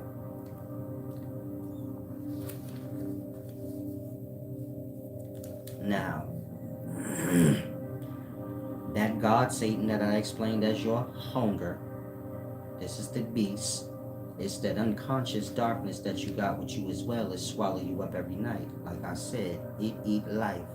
We speaking to Satan, the beast. What Christians worship. This is why they disrespect God and say he a lamb and all that other nonsense. In ignorance. Not realizing they tricked. They lost in the Loki. Loki is the trickster god, but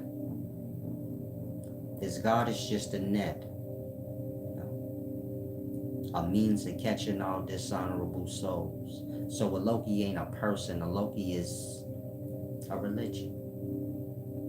a trap or trick for man. If he have no honor, he fall into it. So in the Bible, the God is Elohim. You have to remember the Bible come from the Torah. In the Torah, it says in the beginning the Elohim or the Elohim. This is plural though. Created the heavens and earth. If you understand, El is the spelling of the letter L.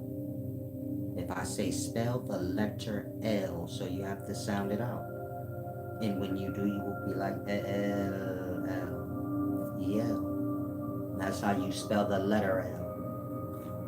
Of course, in Islam, they sound out the letter L. La, la, la, la, la, la, la. That's where that God comes from. But like I said, it's the same religion. And so, El is L, the letter L, which stands for lie. You know, lie or la, la. Same thing, lie. But Elohim is just L-O-K-I-M, Lokim, which is to say Loki plurally. Loki is the trickster God. The God in Christianity is Elohim. But you don't have to say E-L, just the letter L. I mean, pronounce that. Instead of saying Elohim, pronouncing out the letter L and then the word, you just pronounce the letter that is being spelled. E-L is spelling the letter. That leaves you with Lokim. Loki. Letting you know this is the religion of the Loki, or this is the trickster God's work. Follow? And so in the beginning, the Lokim created the heavens and the earth, and the spirit of the Elohim was hovering. So you got to know the scholarship accurately. Now,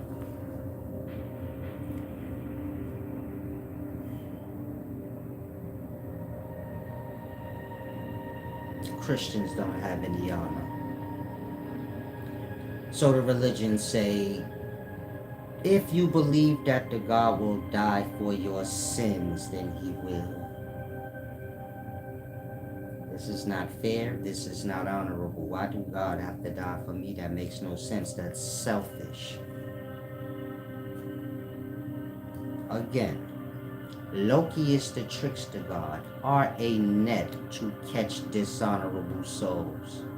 A Christian got no problem with God dying for their sins because they're selfish in their nature. They wouldn't care if it's God. They got no care for God. They care for they self. And they believe in the religion because it say they gonna get saved for their sin by the hands of God dying, which they don't care about. That's their favorite part. And so you see how the religion work as a trick to catch all dishonorable souls. Meaning, if you will go with unjustness or imbalance, you deserve to be food for the hunger. That's why Christians are referred to as lambs, because they done fucked up. You follow? And so if you were a Christian, I hope your ears is working. Because this is all real life. Meaning if you felt hunger pains before, and you fell into unconsciousness before, which you do every night, you better be listening. This is the stuff you wouldn't get. You'd just be lost in your religion forever. Now, the Lokim, the EL, if you need a reference for that as being accurate. In Christianity, you got the angels. They all end in L. Michael, L. Gabriel. You get it, E-L. Micah, L. That's Michael. Gabriel. Raziel. Now, in Christianity, you got Gabriel. But if you understand, like I said, E-L is just the spelling for the letter L. You don't have to pronounce that. You just pronounce the letter L. In that Gabriel, you know, the E-L at the end, would just become Gabri in the letter L. Gabriel. This is why in Islam, Gabriel is called Jibreel or Gabriel, because they're not sounding out the spelling of the letter L. I guess in the past the letter L was spelled, or it was its own word, the letter. And then when you use the letter in word, people tend to spell out the letter.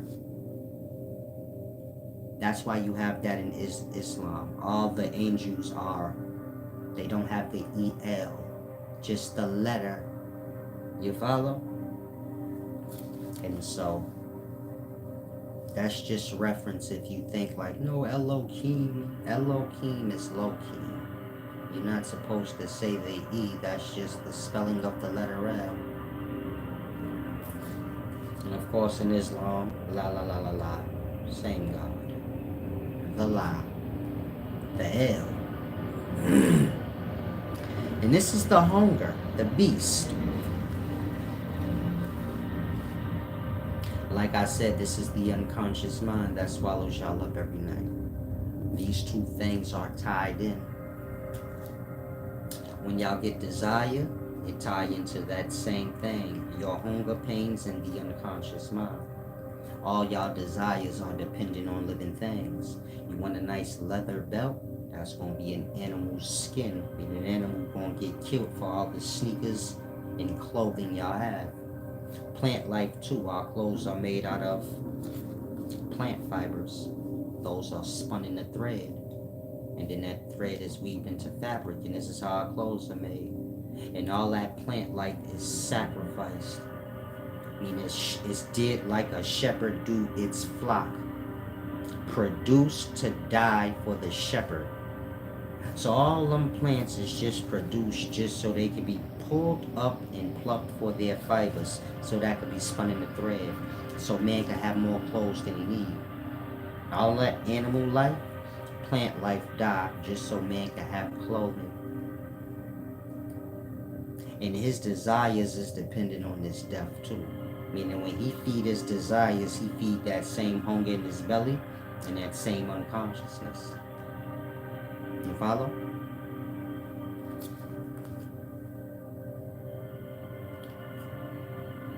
And this go all the way to the spirit of life, so to say. Meaning a man ejaculate that white, yolky substance out. This is the soul. And of course that soul, that white yolky substance, it goes into a woman's womb, gets the egg cell. This is the precursor to the body. The spirit going into the body. When a man ejaculates, meaning his lust, serve the same hunger. That soul gonna be born out in body and have to serve the beast or the hunger. Of course, when you're born in a physical life, so that's when death starts for you. Meaning all the time y'all have now is death, not life. Before this life, you knew no death. You came into this life, now you know death. I wouldn't care if it's your end. So that means you in death if it's your end. You know if you're going to die tomorrow? Some of y'all say no. I don't know. That's my point. The moment you're born in life, so you're born into death. And from that moment, you can die any moment. If you last to 100 years or so, it wouldn't matter. You're not going to outbeat. You're not going to outbeat the life. You're going to die once you're born.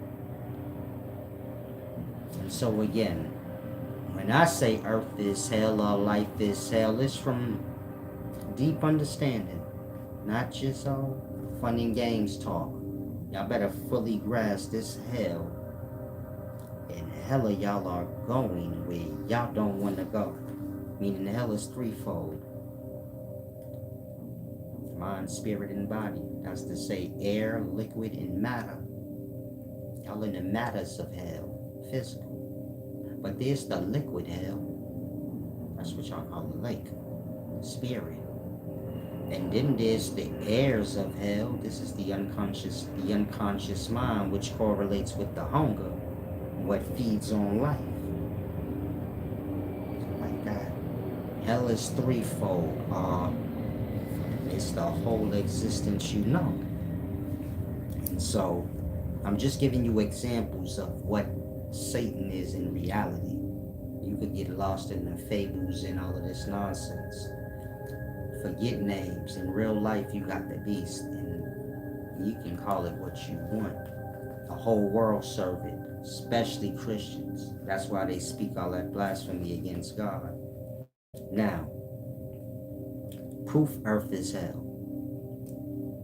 If you go to Revelations 12, chapter 7, I don't have a book with me right now. I'm just going to go off the dome.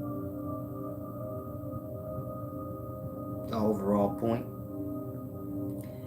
In that verse it says, Michael and his angels fought against the dragon and his. And the dragon lost and wasn't a place found in heaven for him no more. And he was cast to earth with the third of heaven.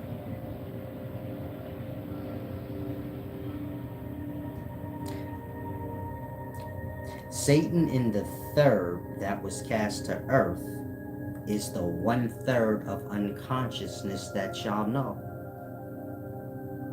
You sleep 8 hours out a day, is 24 hours in a day, that's a third. That part. Meaning Satan in the third is the darkness, the unconscious. This is first. This is the heirs of hell. If it's not clear, let me know. Now, what is earth? It says Satan in the third was cast to earth. I say the third is unconsciousness. Y'all know it as the third of unconsciousness that y'all experience every day, that 8-hour thing. Even if you sleep 6 hours, whatever, but you get my point? A third of the day is for unconsciousness. Now, earth is menses, matter. The egg, which is the body, meaning the egg cell, has to do with the menses. The menses has to do with the unconscious mind. So the menses, the matter that builds up in this menses, if you're familiar with a woman's menstrual cycle, that ain't just regular blood. That thing got like flesh in it. The menses, the matter that develops in it, and the egg cell, which is the precursor to the physical body. This is the earth, the world. That's what earth is. And all of that is coming from that unconscious airs. Remember, you have air, you have the atoms in the air. They come together, they make for liquid. This is how we get rain. So just imagine unconsciousness being dark airs. And the atomic levels of life within that dark airs coming together. Manifesting substance, that substance being menses. That menses evolving into egg cell or body. Or light. This is why it says the devil can parade around as light if he chooses. But we speak in the darkness. Now, the lake of fire, earth, and heaven are all emanations of hell. All of it coming from the unconscious. Meaning, hell is the darkness, the third. That's the unconscious. That's the same thing y'all feel when y'all hungry, the hunger. But we speaking before physical bodies. Hell is that. Hell evolves into liquid, like I said. Meaning dark airs, the atomic levels of life within these airs, atoms coming together, making for liquid. So you have the lake of fire. We're speaking in menses. A woman's womb is the lake of fire, but we're speaking before physical life. physical life carrying over everything from the beginnings. So, a woman's womb, a bloody womb, this is bloody hell. Coming from that unconscious or darkness, dark airs, hell. That's an emanation of that darkness. After that, you have the egg cell, which is the physical body, the precursor to the body, the portal into physical life, meaning no egg cell, no body, no physical. Physical life is that same hell manifested out physically, the matter. You follow? Like that. If anything I say is not clear, let me know so you can get your clarity before I depart. Now,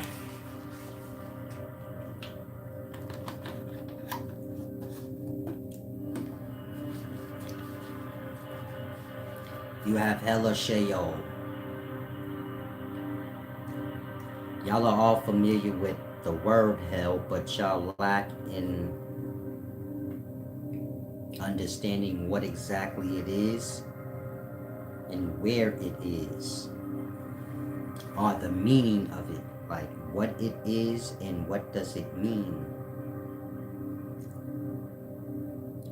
When you're dealing with the word hell, H-E-L-L is the modern English word, but that derives from H-E-L, which is the Old English word. That Old English word, H-E-L, derives from Old Norse, Old German, hell, H-E-L-L-E, pronounced hail, or Helen.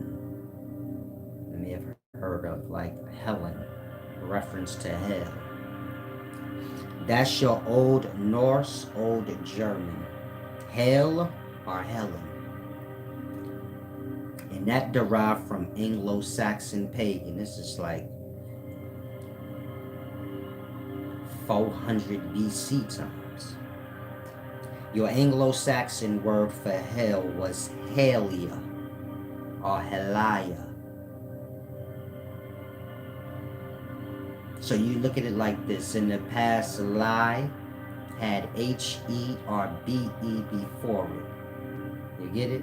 Like that character Belial, B-E-L-I-A-L, Belial, or Beliar, pronounced either way, like that. Helia is pronounced Helia, like Belial, or Beliar, Heli, like lie, like believe. In the past, lie wasn't lie, it was like believe. Believe being the lie, meaning by meaning the lie. But me some time on this lie. That's why you have a belief system, not a truth system and a proven fact system. You have a belief system. And Belial, the god of it, Belial. Hopefully y'all grasp it. Now, like I said, Helial, this is your Old Germanic. This is your old not your Old Germanic, this is your Old Anglo-Saxon word, Helia. Now, when you're dealing with the Bible, of course, we're speaking of,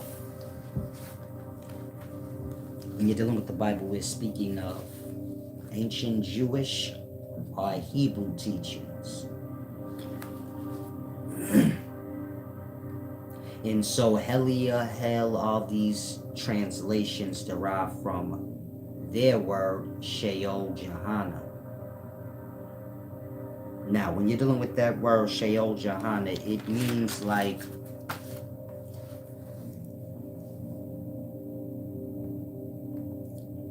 when you're dealing with the Hebrew word Johanna, which is hell, it's a place, person, and a state of being. Meaning it's not just one thing, it's a person, a place, and a state of being. Now, as a state of mind or being, it is the unconscious space. But you're being aware in it. That's Lilith realms, where the owl lays the nest and all of that. Y'all can't see in that darkness, unconsciousness. Y'all lose y'all awareness. But to be aware there is horrible. You don't want to do that. But all is inevitable. So as a state of mind, like I said, it's the unconscious space, but you're being aware in it.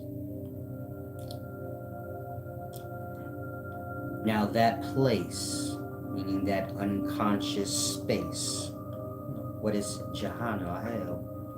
It is the lowest part of the spine. Like I always tell y'all, the conscious drops to y'all sacrum, then y'all go out. Sperm cells, if you're talking about a woman, you got your oocytes and all of that, your oogenesis. These are cells that lie dormant. It's the same bump, but that's what makes the egg cell. Just like the sperm cells are what makes, the orgasm come, the substance. But the point I'm making is the bottom of the spine is the exact place of shayol. The unconscious mind is the state of being or the state of mind of this head. Remember, the world we live in is a body, no difference. So, the lowest part of the spine of this body, this would be shayol. Now, as a person, well, you are one, meaning you're a person, and this all comes with you, meaning the unconscious mind and the place. But you're living inside of a larger body, just like the cells are micro and they're living in your body. You're living in a larger body. And so wherever you are now in this solar body, that's a place inside of a larger body. And there's many places inside this solar body. There's many chakras inside the solar body. That's what y'all call planets.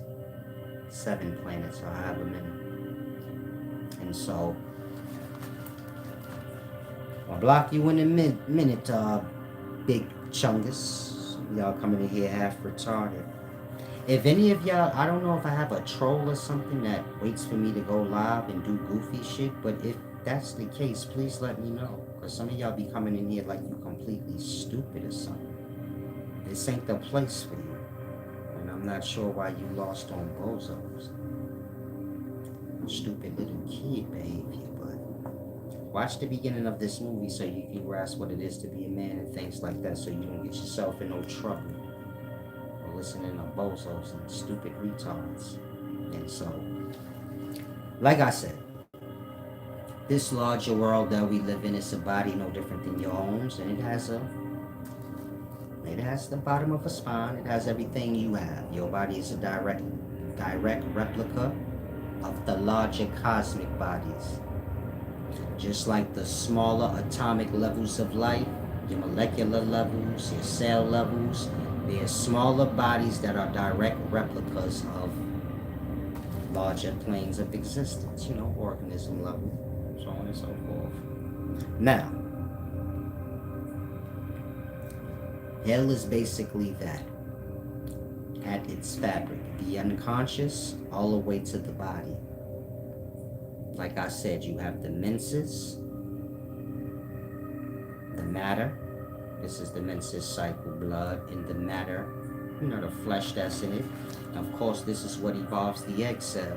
The egg cell is the precursor or the primordial body, yours. The menses, the matter, and the egg is all coming from the dark unconscious airs or space. This is before physical life. A woman's body just carries over what happened in the beginnings on that side. So you can look at sperm cells lying in their dead state in the testicles. This is shayol Jahana. Fallen angels dead Like it says in the Bible, Satan was falling through the air non-stop and never reached the bottom. That's the bottomless pit.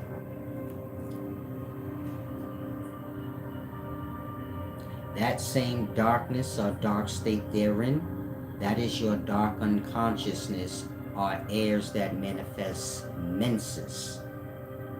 And within the menses is the primordial body, or the egg. And so, look at it like that. Before any physical bodies, you just had the darkness. Satan in the third. And the sons of God's falling into this darkness.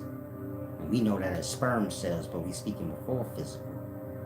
And them souls being lost in that darkness. Those dark airs manifesting your menses, then your matter, then your primordial body, which is an egg cell. And you get it? The Spirit of God being down to it. And this is how you get your physical existence or world on a universal level. And then that carries over on every plane of existence. The souls falling below. The yoke or the Holy Ghost of raising them up from the dead and bringing them to hell. Bloody hell. And one getting there, excelling, the rest of them dying. And all those fallen souls or sperm cells that was in the bottomless deep, those is your religious people of the world. Those who speak blaspheme against God, the Savior. They are raised up from their dead state, brought to the lake of fire or bloody hell, in good riddance. If you ever wondered, man, why does only one sperm cell get the egg and the rest of them die?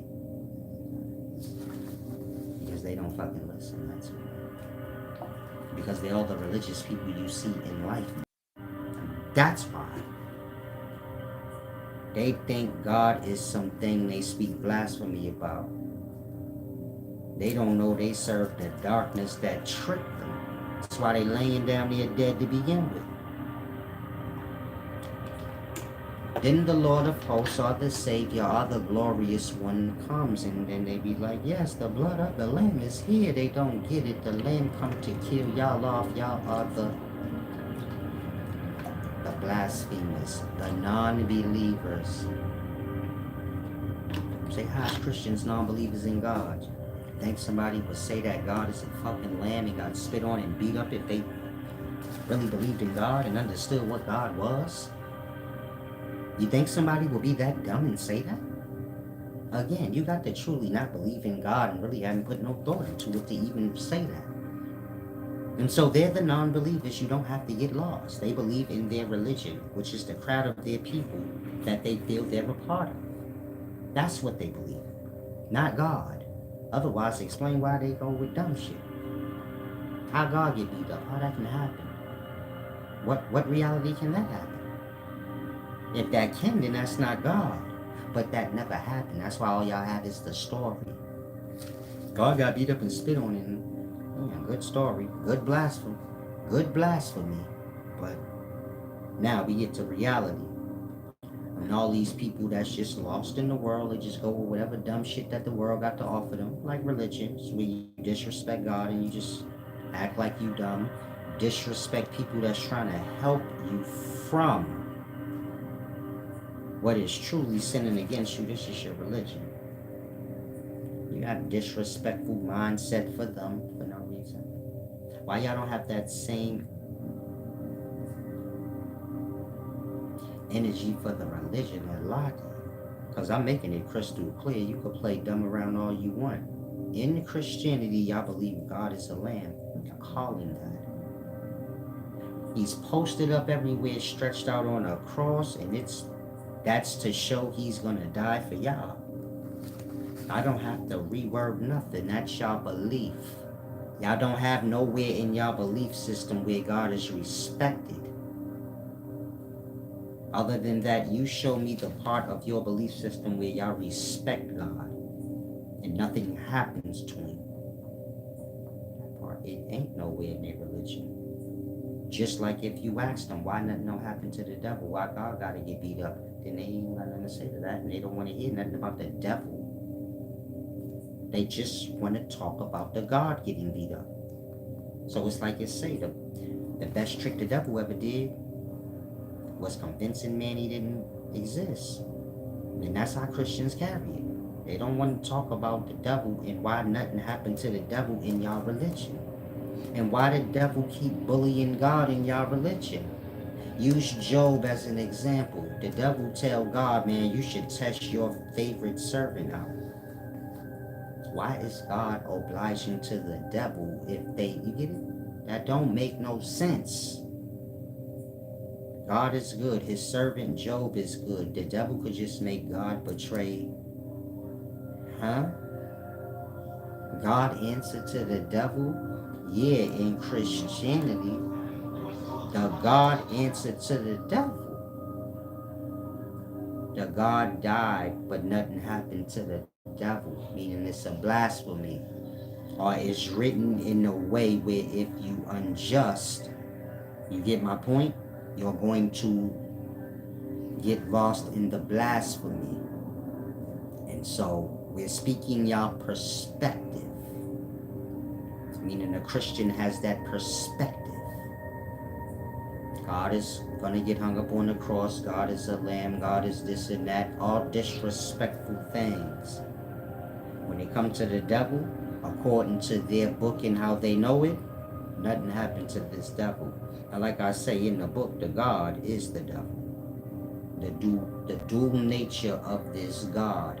And what is being killed and sacrificed, well, y'all know that's not the God. That's this thing that was sacrificed by God. Because he loved the world so much. The devil loved the world and y'all do too. That's how that all worked together. If you lost. That's why the book written in that way. God so loved the world, he sacrificed his only begotten to the world because he loved the world. It's talking about the Satan. And y'all in the religion because of that reason.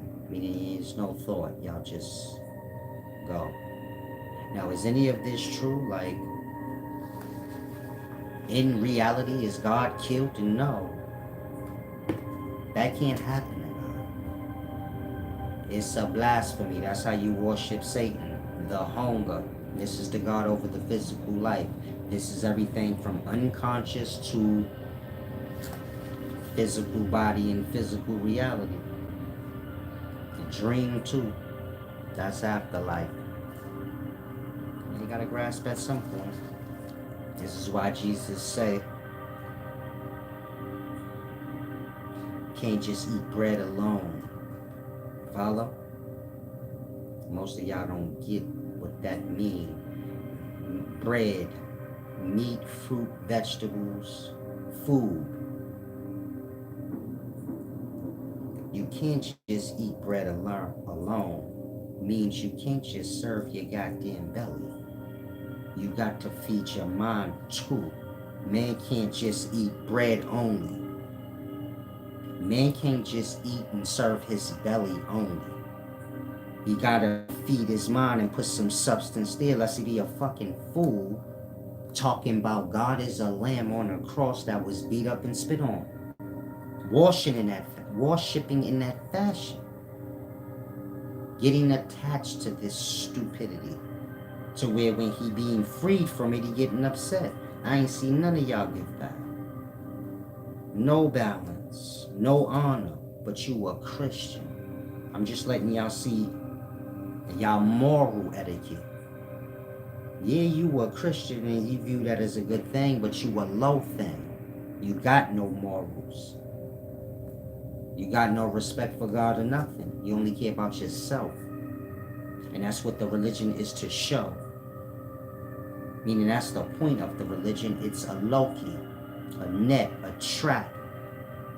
And when you face before God, it ain't no question if you a selfish person that would throw somebody else under the bus to save yourself for your own wrongdoings. Because you say it was okay for God to die for your sins. Meaning a Christian don't need to look forward to no conversation. It's already had in the physical. What do you got to say? No, I didn't understand. Wait. No, I didn't.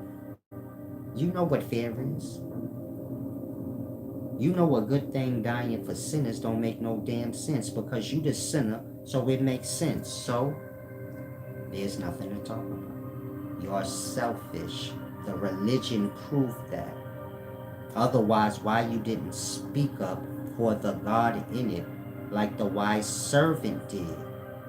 See, the book even told you about the wise servant. It said the wise servant. We ain't gonna get into all of that. But you just answer that question to your own self. Why didn't I defend the God like the wise servant? Why didn't I catch all that disrespect and blasphemy? Because you selfish. See, my first thought was, why do God gotta die for me? I'd rather die for my own. Whatever I do, I could stand on it. Nobody got to die for me.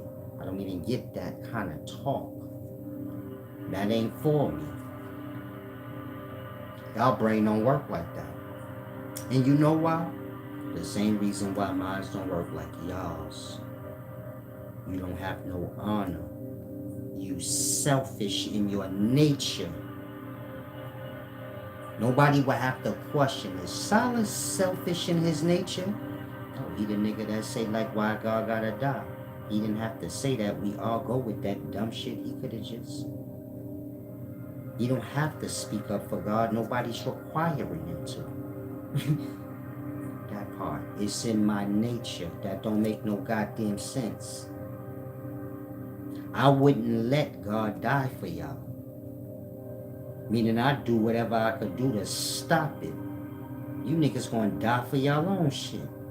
God is the glory. What sense that even make? Now God is life. Everlasting.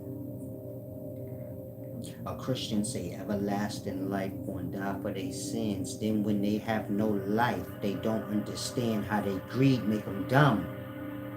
If God is everlasting life and it's gonna die for you, how you gonna have life? That part. God, our life ain't gonna die for you, but you gonna get the end result anyway. How can you have life if you agree to the canceling out of it? You don't pay attention to that because you say, I just want to make sure I'm good.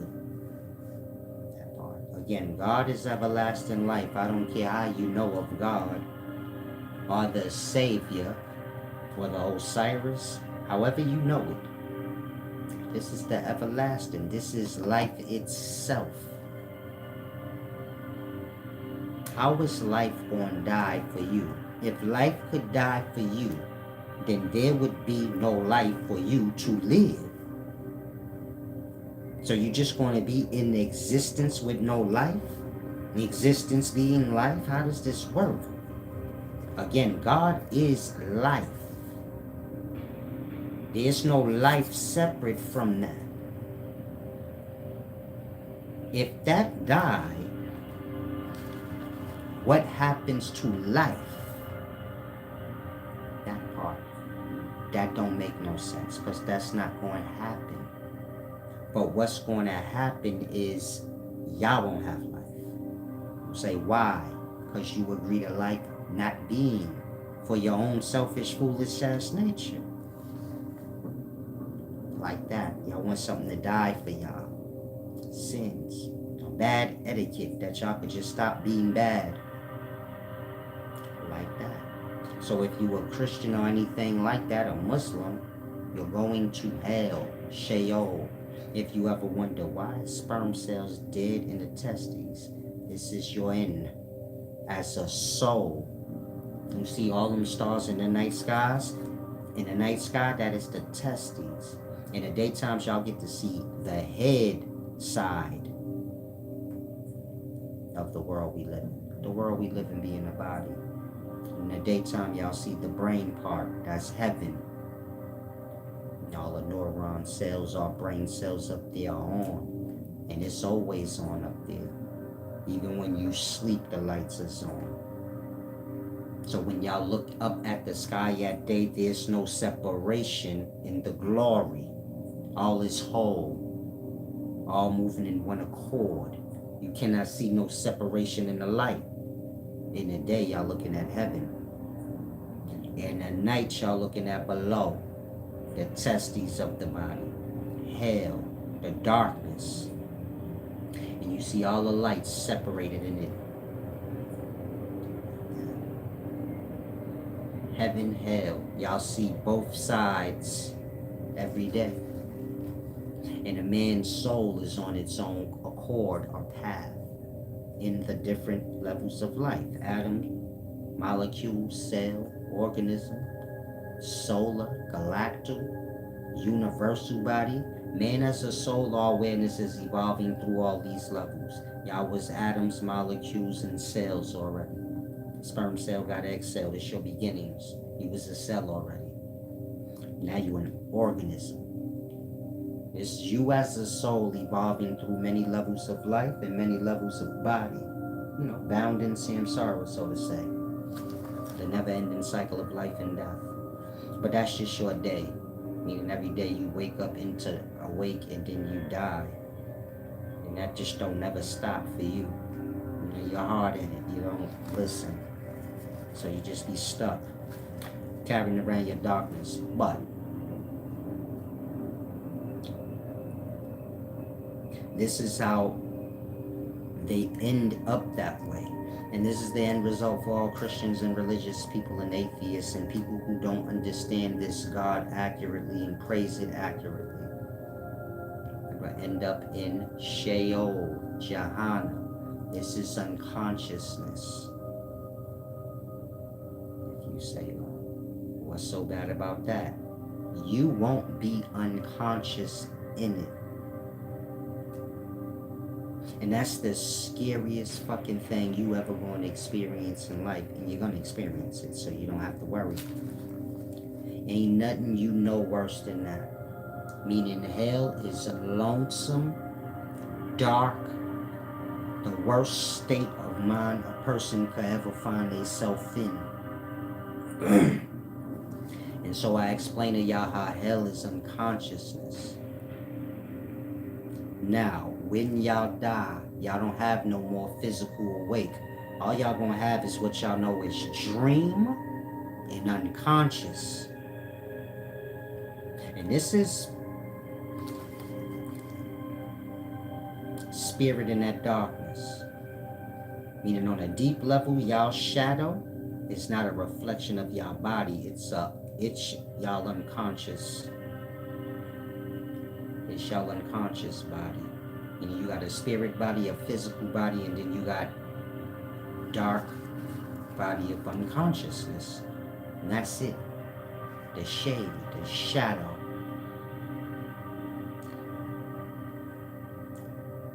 Now after y'all afterlife pass, or y'all dream state, or the spirit burn out, all that's left is you as an awareness in your unconscious or your dark body.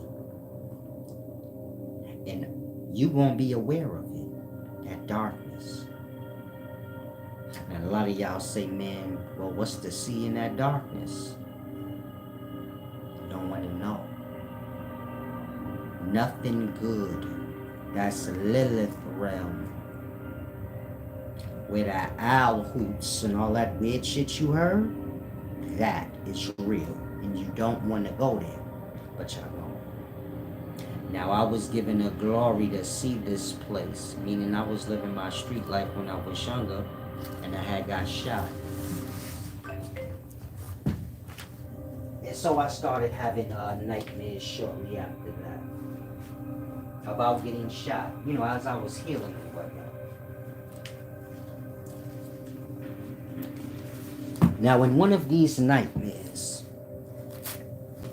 I guess it was a nightmare. I don't remember falling asleep or nothing. I'm just calling it a nightmare or a dream because I remember waking up from it. And I was quite disturbed. But in regards to like remembering this night that I fell asleep and had this dream or nightmare, that never happened. So you get it? I can't say if it's a dream.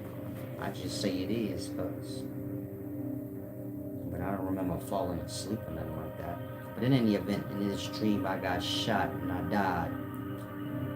It was real though, like, felt real. I got shot, I fell back towards the car and then shit started fading out. I couldn't really move and get up, but I could hear everybody like, oh shit. You know, it just faded out real slow.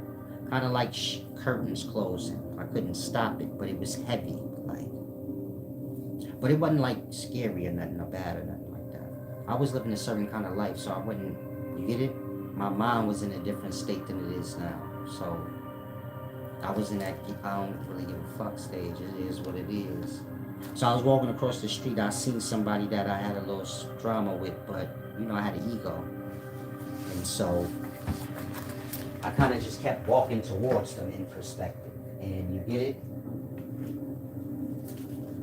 They kind of got nervous and shot me. And so I kind of slumped back towards the car, whatever. I remember that in the dream. Like I fell against the car. I remember that because it was hard. I had hurt my back and shit. What the fuck? And you know, I was going to get up and get busy. You shot me because they didn't keep shooting me or nothing. They just shot me and stood there. They was looking stupid and shit. And I remember all of that. And I was just kind of looking at them like, when I get up, I'm going to fuck you up. But I couldn't. And then it started going out. But I can hear everybody. So I'm like confused. Like, what the fuck? Then it kind of went out. Now, of course, when you die, I guess y'all all got a perspective like everything gonna go out. That's what I thought. But when the shade came over me, mind you, I ain't closing my eyes. It's just heavy coming over me, like. But I don't feel like sleep, like, oh, I'm falling asleep. Or dozy, like that. I'm trying to get you to grasp that. When it happened, like how it did in the dream, I didn't feel dozy. Like, oh, I'm just going to sleep. I felt regular, but like I couldn't stop like this darkness from coming. But of course, in your mind, you like, that's my eyes, but that ain't my eyes, because you get it, I ain't tired. I just got smoked, motherfucker. I'm looking at this nigga. But I can't stop the darkness from coming. Everything's blacked out. I could hear people though. You get it? Then over a little bit of time, it's black and no sound. But I'm still conscious. So I'm kind of in a state of mind where it's like, okay, I'm dead. You get it? Nigga got me. And I'm waiting for something to happen, but nothing happened. I'm just like stuck. It's just dark. Imagine if you close your eyes and you close your ears and you just sit in the darkest room you could think of. Or if you can imagine yourself going unconscious but being awake in it. You just can't get your body to like, where you like, what happened? Did my body break? What the fuck? So I'm just sitting in the darkness. Of course, in my mind, it's like, okay, I'm just laying here dead, but something must have broke. That was my mindset as a kid. Like, damn, how do I die and then this shit break? What the fuck? Because I'm panicking. Like, yo, what the... Something is supposed to happen. I know I'm not supposed to just be fucking here unconscious. I'm getting real scared and like... Can you just imagine that thought? I'm trying to get y'all to grasp, because some of y'all probably like, I don't see what's so scary about that. You in physical life, so everybody here with you. When you die, you don't know where you're going.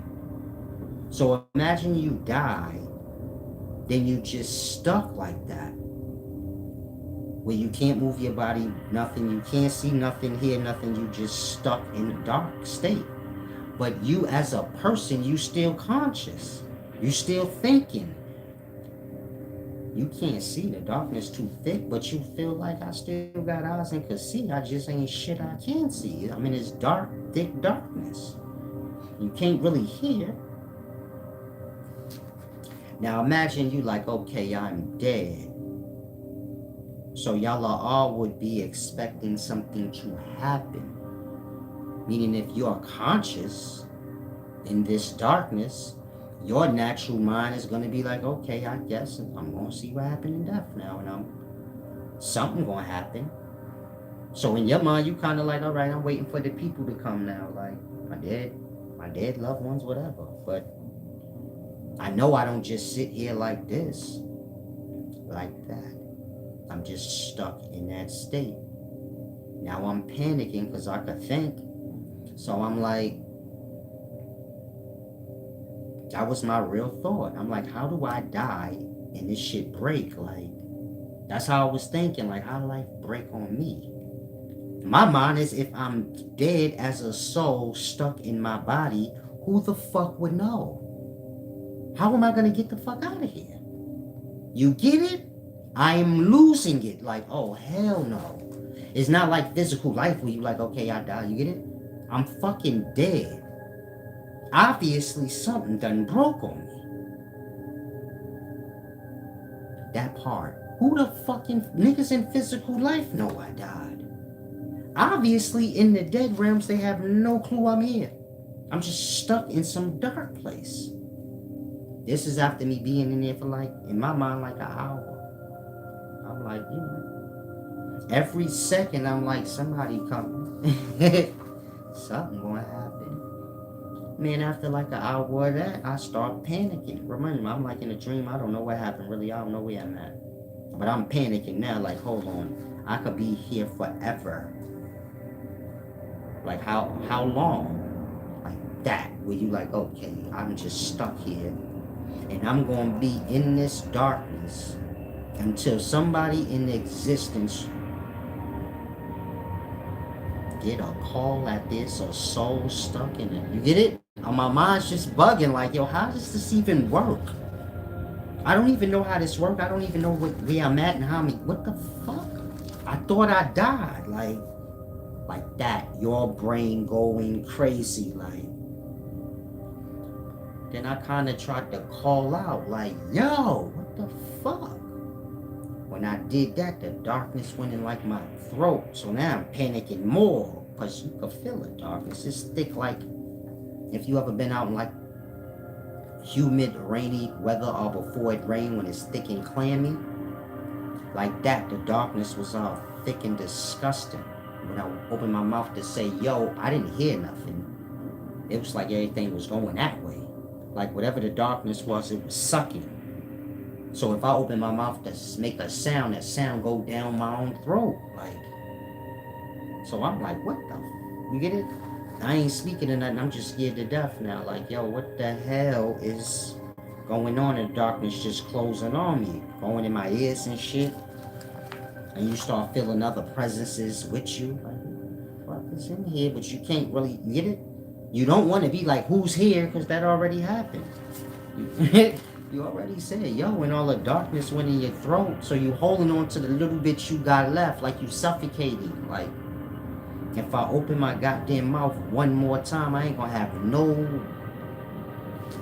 It's like the darkness is taking over all the space. You being a part of the space, and it's taking all the space. So you like, if I say one word, that's more space. I ain't gonna have no space. So it kind of give you the perspective like I'm a suffocate, or I'm a die. You get it? Mind you, you dead already though. But I'm dead already. But this is how my mind is working. Like, I can't fucking speak, because then I ain't gonna have no more space to live. Like, it's hard to explain. It's strange. Meaning I know the words don't make sense. If I fucking open my mouth, then I ain't gonna have space to get it. Breathing in life was the same thing. It was like I was breathing. Not I was breathing, but I was the breathing. Like a pulsating thing. And that shit was taking over all the space. Like, coming into my space.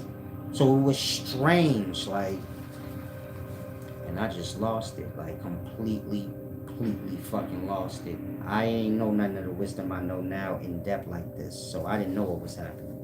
According to me, I died and something went wrong in death. And so I was just left in my body.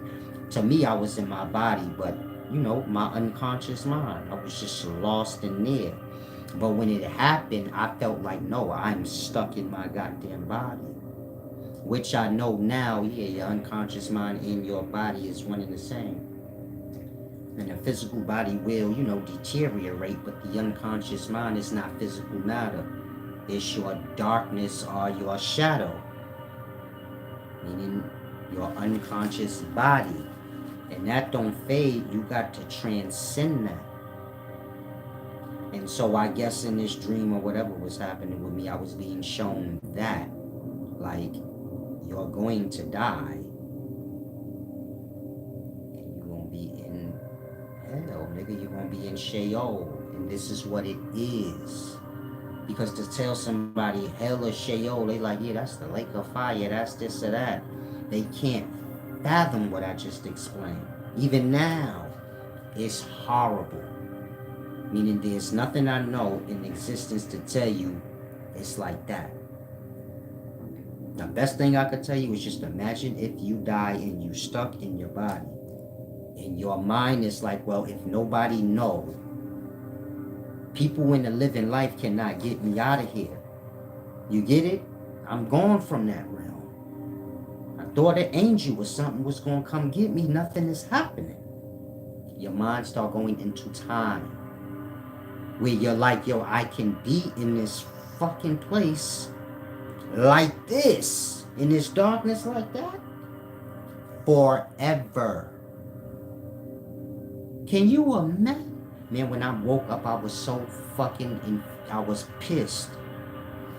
Like the fear. It's a fear and anger. Can you imagine dying and then you sitting in your body wondering like, yo, how long am I going to be in here? And who's going to find me? And what if I'm just stuck in this darkness for forever? You know, forever is... I don't think y'all get it, man. Forever is never ending. I'm starting to grasp that like, yo, it's just me in this darkness, nigga. Forever. Why would anybody know I'm stuck here? Like that. I lost it. Started, I guess when I died in my sleep, I woke up. Meaning I must have started hyperventilating in my sleep. And I remember I just jumped up. And I couldn't breathe. I was wet and shit. And I'm like, what the fuck? You know, I got a bullet in me, fresh one. So I can't walk or nothing. I'm like, what the fuck just happened to me, man? I didn't know if I was alive or not. I ain't gonna lie to you. When I woke up, I thought I was still in the dead realms, in another realm of it. Oh, when I moved and shit, you get it? I'm like, oh, I'm fuck. Oh, I'm shot. Whoa. Then I'm knowing like, nah, you was dreaming, I guess. Like I said, I never fell into no dream. I don't know how that happened. And I can't tell you what I was doing before that happened. It was just like a dream. Minus the me remembering falling asleep part. But I remember waking up. And when I woke up, I was highly, like I said, I was pissed off. And I didn't think on it. Like, what does that mean? I was just mad. I'm like, whoever did that shit, I'm gonna dust their ass off. I was mad at God a little bit. Like, yo, I'm gonna dust God off for that shit. Like, my mind was different when I was young like that. I'm like, hell nah. If God did that to me, we ain't buddies, blood. I wouldn't give a fuck. He should have never let me slip out of there. I was on that kind of time. Like, nah. The feeling is so horrible. I don't know how to explain it to y'all. Some of y'all probably like, man, this nigga bug. He talking about killing God. If you went there, I swear to God, you curse God. Like, if I get my fucking hands on God blood, the fuck would you leave me in here? Like, you get it? It's horrible than you could think of. And so, can you imagine being in that darkness for eons? Eons. Meaning this is what happens when people die. That's what, you get it? Y'all don't get that. Y'all gonna be in y'all darkness. It's y'all alone. And can't nobody save you from yourself. You gotta transcend that. But most can't. And so, you get it? What I experienced is what everybody gonna go through. Meaning when it's all said and done, the last stage is that. Fallen stars in their darkness. If you don't know what that means, you got an unconscious mind, you be falling in it every night. You're gonna fall in it for good. And you gonna be the awareness that you are in it. Your body save you from that. Meaning, because you got a physical body, when you get to that unconsciousness, you go out with it. But when you lose your physical body, death. Ain't nothing to stop you as an awareness from being aware of it. You just an awareness, meaning a seeing and a hearing, and you get its senses. And these things is like realms that you pass through. You come into physical awake, you go into dream, you go into unconscious. Non-stop, simultaneous through the day. Every day of your life. That don't stop. That's not because you got a body that happened. That's you. You're blinking on and off light. Meaning you wake up and go to sleep. You go conscious and unconscious. You're like a blinking on and off light. You got a darkness with you. And that's the end. And so, can you imagine being lost in that dark state? Meaning lost in your unconscious mind but aware, waiting to be free to save from it. And hundreds of thousands of years pass and you're just there. Can you imagine the anger? You get my point? When you're dealing with spirit summoning practices, they got the spirit Baal. It's the first spirit in hell. This is able. If you rearrange the A and the B, you get Baal. So alive, able. Dead is the flip around of life. So flip around of the B and the A, you get able. Yeah, like a seed that forgot to blossom in perspective, I guess. Now, the spirit summoning practices, you got that spirit Baal, and they say he got like a low raspy voice, like, and he always say he the first in hell, meanest spirit you won't know of, according to spirit summoning. He one of the kings, furious spirit that you don't deal with for the most part, strong. Can you imagine being in your darkness for eons? In the anger that's going to build up. Meaning y'all live in life, y'all know nothing of this reality. Now imagine y'all get there. Now you sitting there, and you like somebody gonna save me from this, and it never happened. And we talking eons. Fuck 10 years, 20 years, we talking longer than you can fathom, and you still like, ain't nobody come. At some point, you're going to turn into anger itself, where you just sit in the darkness like, if God come, I'm going to kill that motherfucker. Can you see how the mindset will go to that? Where you like, I've been waiting all this fucking time. This shit is torture. Ain't nobody here, what the fuck? We talking millions of years.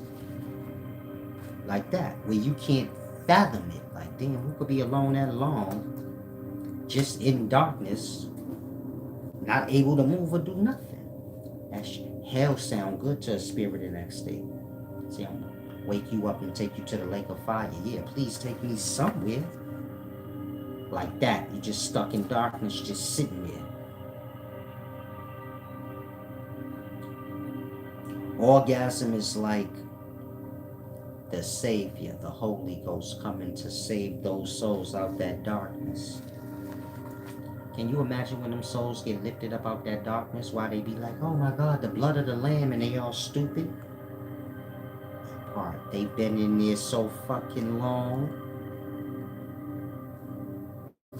Then they get what the Savior is.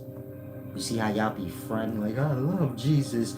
The blood of the Lamb gonna be, you gonna know in your soul that when you sitting in that darkness for eons, and it finally happened, and you get the white yoke all over you and you got life again, like that, you're gonna be begging and pleading and praising, oh, thank you, whatever you is.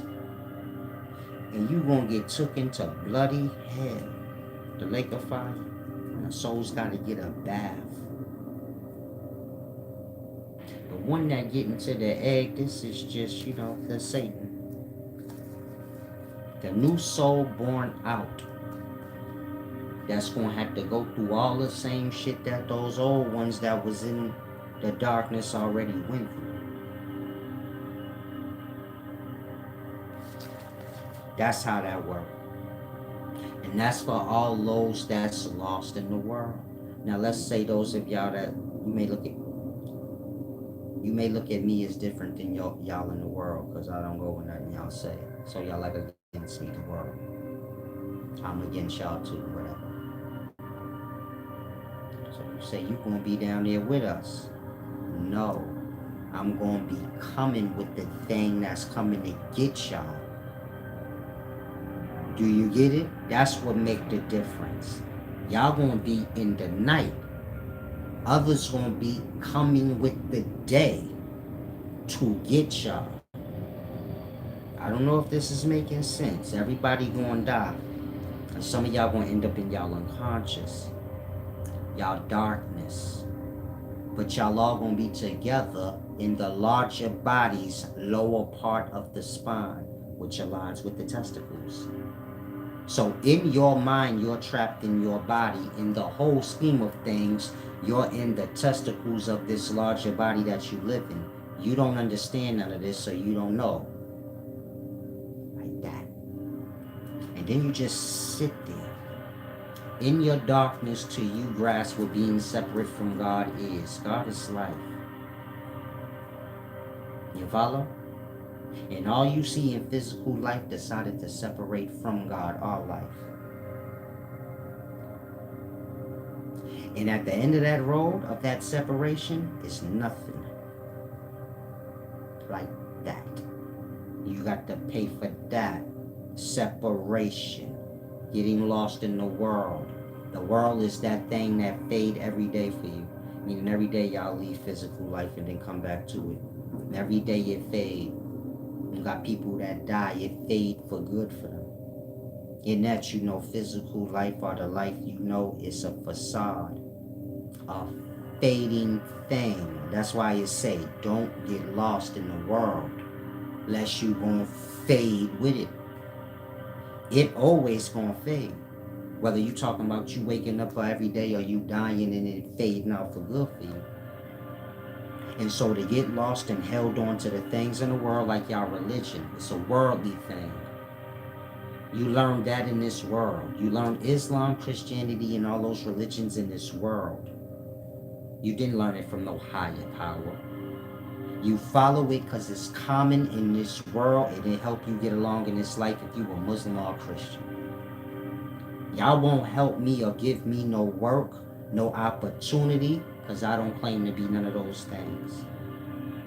And I don't lose none of my glory. I know what's to come, so it wouldn't matter. You follow? But that's how that works.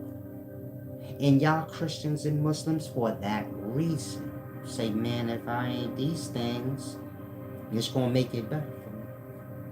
Who in life don't got no religion? Y'all worldly. That's how that happens, where you end up in shayol, which is the abyss or your own unconsciousness. Y'all can't escape y'all own being. Y'all unconsciousness is a part of y'all. It's y'all own darkness. That's why you have a shadow. Whenever you come into the light, a reminder, you got darkness to pay. Meaning y'all all got debt. Everybody, me too. The debt being here. But my works and my understandings now wiping away that debt. Y'all works, y'all understandings bring y'all more into debt. More into darkness. You follow? All the lies in y'all head is the measure of your darkness. You're not having proper understanding of this life, all the things I just explained to you. It's the measure of your darkness. The length of it. Look at it like that. You won't be in that darkness for as dumb as you are. You follow? Your ignorance or your not knowing is the measure of the length of your time here. You've been here all this time. There's no need for you to be dumb. The glory gave you awareness, a sense of knowing, so you won't have to be lost. That part. You could be a judge in this life. Meaning you could be balancing, not flip-flop around looking for things to serve you, but being honorable and balanced in your way. You could be a reflection of the glory, or you could be a reflection of the selfishness, the Satan. And so do you get my point? Most people carry it that way. Then when y'all end up in that state of darkness I just explained, which is real, unless you about to, you know how you know it's real? Some of y'all may say, man, I don't want to believe this. Every night you go there, you better believe it in your heart you going there. Meaning you a Christian, when you die, you're going to experience exactly what I said. The full spectrum of it. Meaning you're going to be there for eons. And if you think that's a lie, you go there every night. Every night y'all go into unconsciousness, y'all get saved from it because of the glory. Meaning that they show y'all the whole existence repeatedly so y'all will get it. You see how you wake up and you have life and you live that day? And how when that day ends, you fall into rest. And when you fall into that rest, you don't even remember you got kids or a life. You don't exist to you, meaning you're blotched out of life when you don't have an awareness to know you are in existence. That part. That thing that happened to you every day is a sign of the end. It happened at the end every day for you, so you grasp. That's why I say y'all got to learn from nature. I'm trying to learn from men. Men can't teach you life. The life is within you, the death too, and the nature. All you got to do is use your mind and your eyes and pay attention. Y'all rebuke truth at this state, so y'all can't learn by seeing. Y'all got too much lie built up inside, so y'all can only hear lie or what y'all want. But like I said, it goes deep. I'm trying to make sure I didn't miss anything.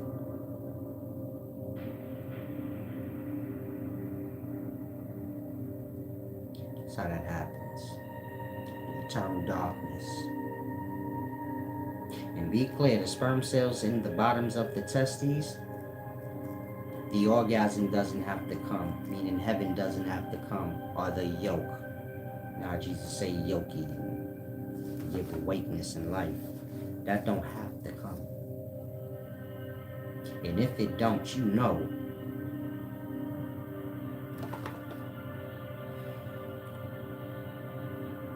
Let's just say those things are pushed out or returned. Like I say, y'all can't return till y'all have no more filthy, dirty memory. Follow? A bad intention, desire, attachment. When y'all just aware and conscious, minus the judgment and all, you get it? The BS that you packed on self in life. When you can just be aware, you get it? Fair and clear or clean mind. Ain't no other way you getting back. And so, like I said, the darkness be the length of one's dumb. This is, the things y'all hold on to and the ignorance that y'all have. And so,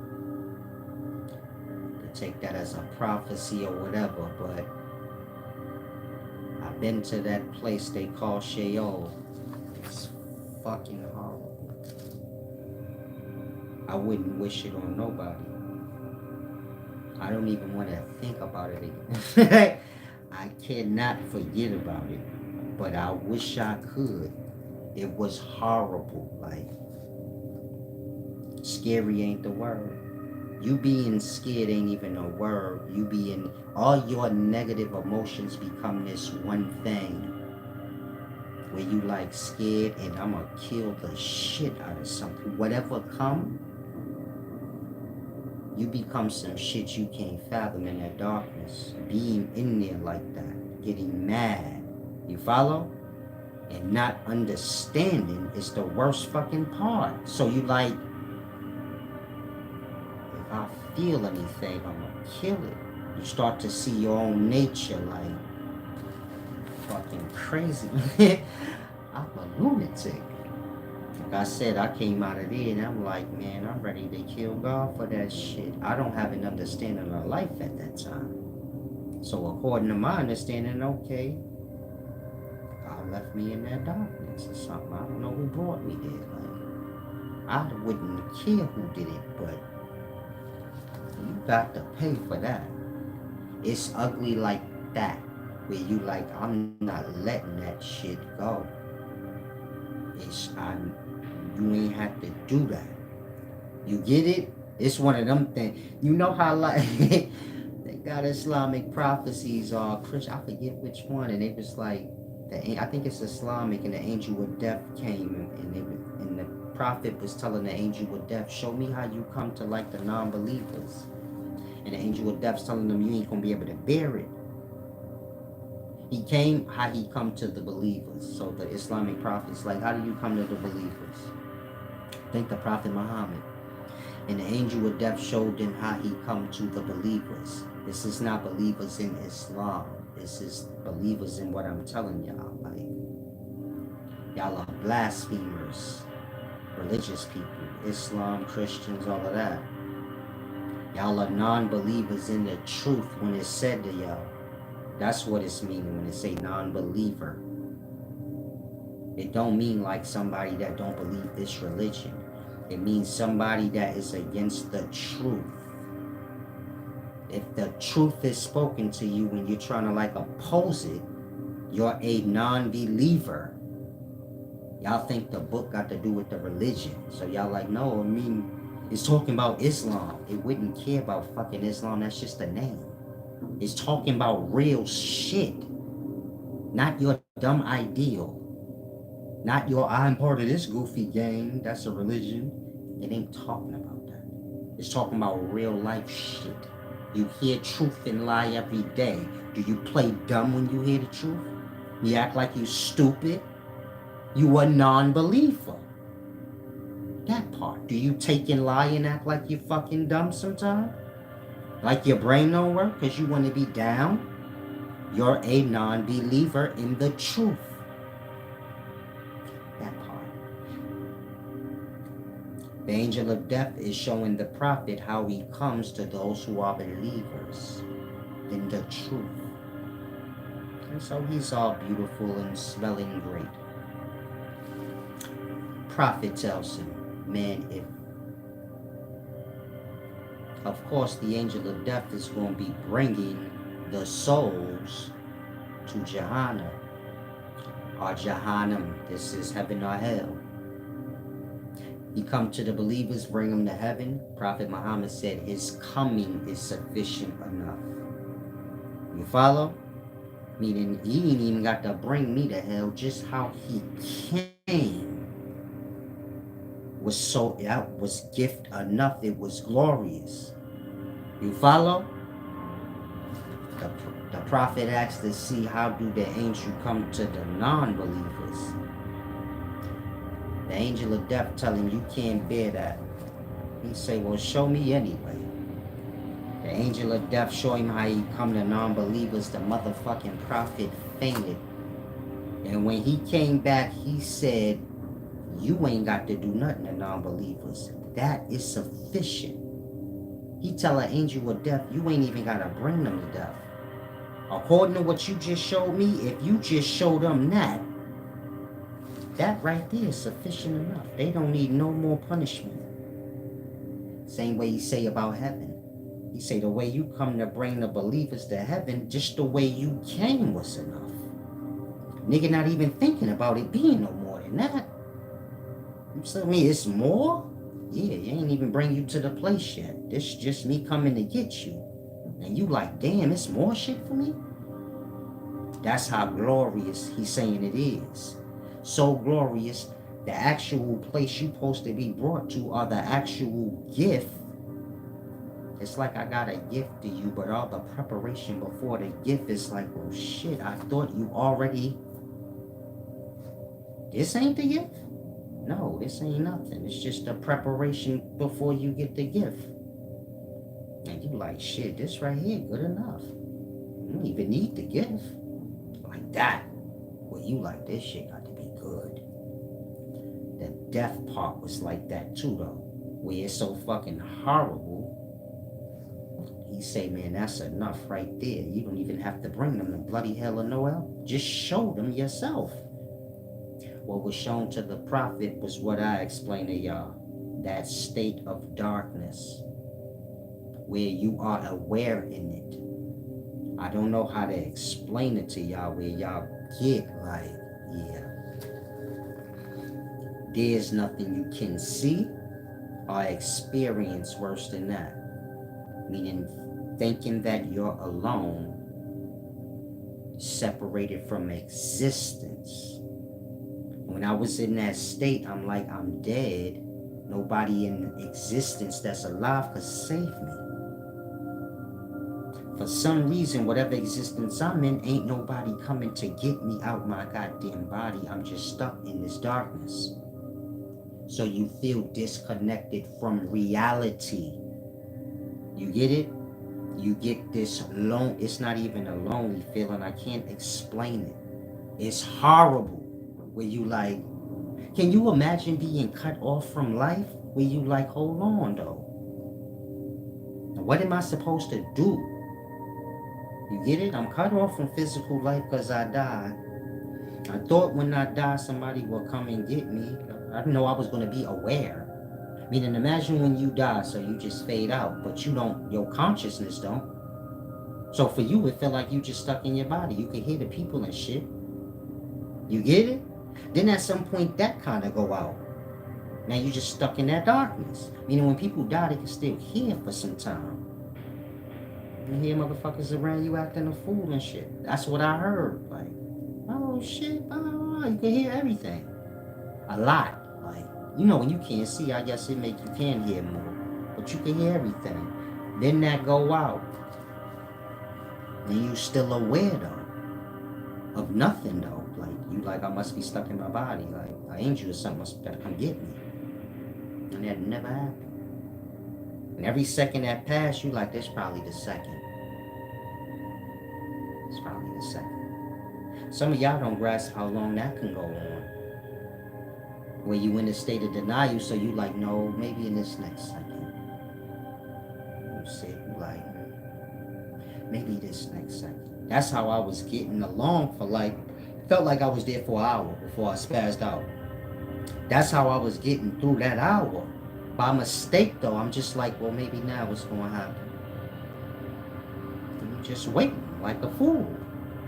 At some point, I'm like, hold on, I think life broke. Something happened and go right. I know I'm not supposed to just be stuck like this. This is insane. Like, remember, you separated from existence. You dead. So you already got that sense, like, okay, I'm cut off from everybody I know, physical life. I don't know what this life here, I didn't even know I was going to be aware, but I'm aware, so, all right, I'm waiting to see what's up. And then nothing happened. And you knowing, like, okay, I'm disconnected from my mama, my sister, everybody, hold on. It ain't like I could call them and be like, yo, I died, but this shit broke. And I'm stuck in here. Like that. Think in that way where you like, okay, I am cut off from every fucking thing, and it's like I'm broke. Something's broke. Like that. That disconnection is like a lonely, I don't know what to call it. It's horrible. Then you get it? When you realize the state you in, it kind of come to you, I guess, where you like, my thought at some point was like, the devil story gonna come to you, where you like, that devil fucking story where the devil be like in the darkness. So you start bugging, like, yo, what the fuck is going on? I know I ain't the devil, nigga. I don't even remember. I don't even know how I got here. So you start like bugging the fuck out, and if I couldn't wake up, I can only imagine. Like, shit is horrible. And so, I guess it was for me to tell y'all, of it so often. But that's what's to come. The darkness Hopefully, you can transcend self before that. Meaning, get the proper understanding of a lot of these things I teach and stop flip-flopping around in this world, speaking blasphemies, because even after that darkness, there's eternal death. Follow? Meaning after that darkness, there's still the pinnacles or the last stages of that darkness, which is your ass experiencing what you experienced every night in sleep, where you don't even exist. Can you imagine falling in sleep? Now, when you sleep, you don't exist to yourself. You don't remember you in existence. You don't remember you have kids. You don't remember anything until you wake up out of it. Can you imagine being there for forever? Remember, you don't even exist to yourself, so it ain't like you can wake yourself back up into existence. In that case, you just gone forever. That's the end. Meaning after sitting in that darkness for eons, still having your awareness, and that's it. No body, no physical, just darkness in your mind. The end of that is the mind going out like the darkness. And it's over for real. Meaning that's when a soul done. In terms of you finding that soul in existence, you won't. It's one with the darkness. It don't exist to itself. It ain't physical, so you can't find it. It's done. No memory, no life, no existence, no awareness, done. From ashes to dust. You didn't remember shit when you came? Back it up. And so life is a treat, a glory. But if you think like you can't get nothing, you crazy. That's always, you get it? That's always there for you. Nothing. So when you living, you risk your life so much. Because that darkness always there for you, whether you want to view it as sleep, whatever. It's everywhere. Dark cosmic spaces all around you right now. The death is everywhere. That's the beast. The unconsciousness. And it's everywhere. There you go, erased from existence. And so hopefully you guys can grasp this deep video. I'ma depart now. Y'all be well. Try not to take these things I say as jokes. This is all real. So learn this wisdom, Take your time. Learn balance. That starts there. You can't grasp that. Well, your imbalance is how you never notice you fell into a blasphemy. Meaning you're not having no fairness in yourself, in your being, selfish in your ways, how you fell into the religion or the Loki, the trap. It's based on your honor. God gonna die for you. You a sinner, but you say, shit, that sound like a good deal of me. You don't have no balance or fairness within the self.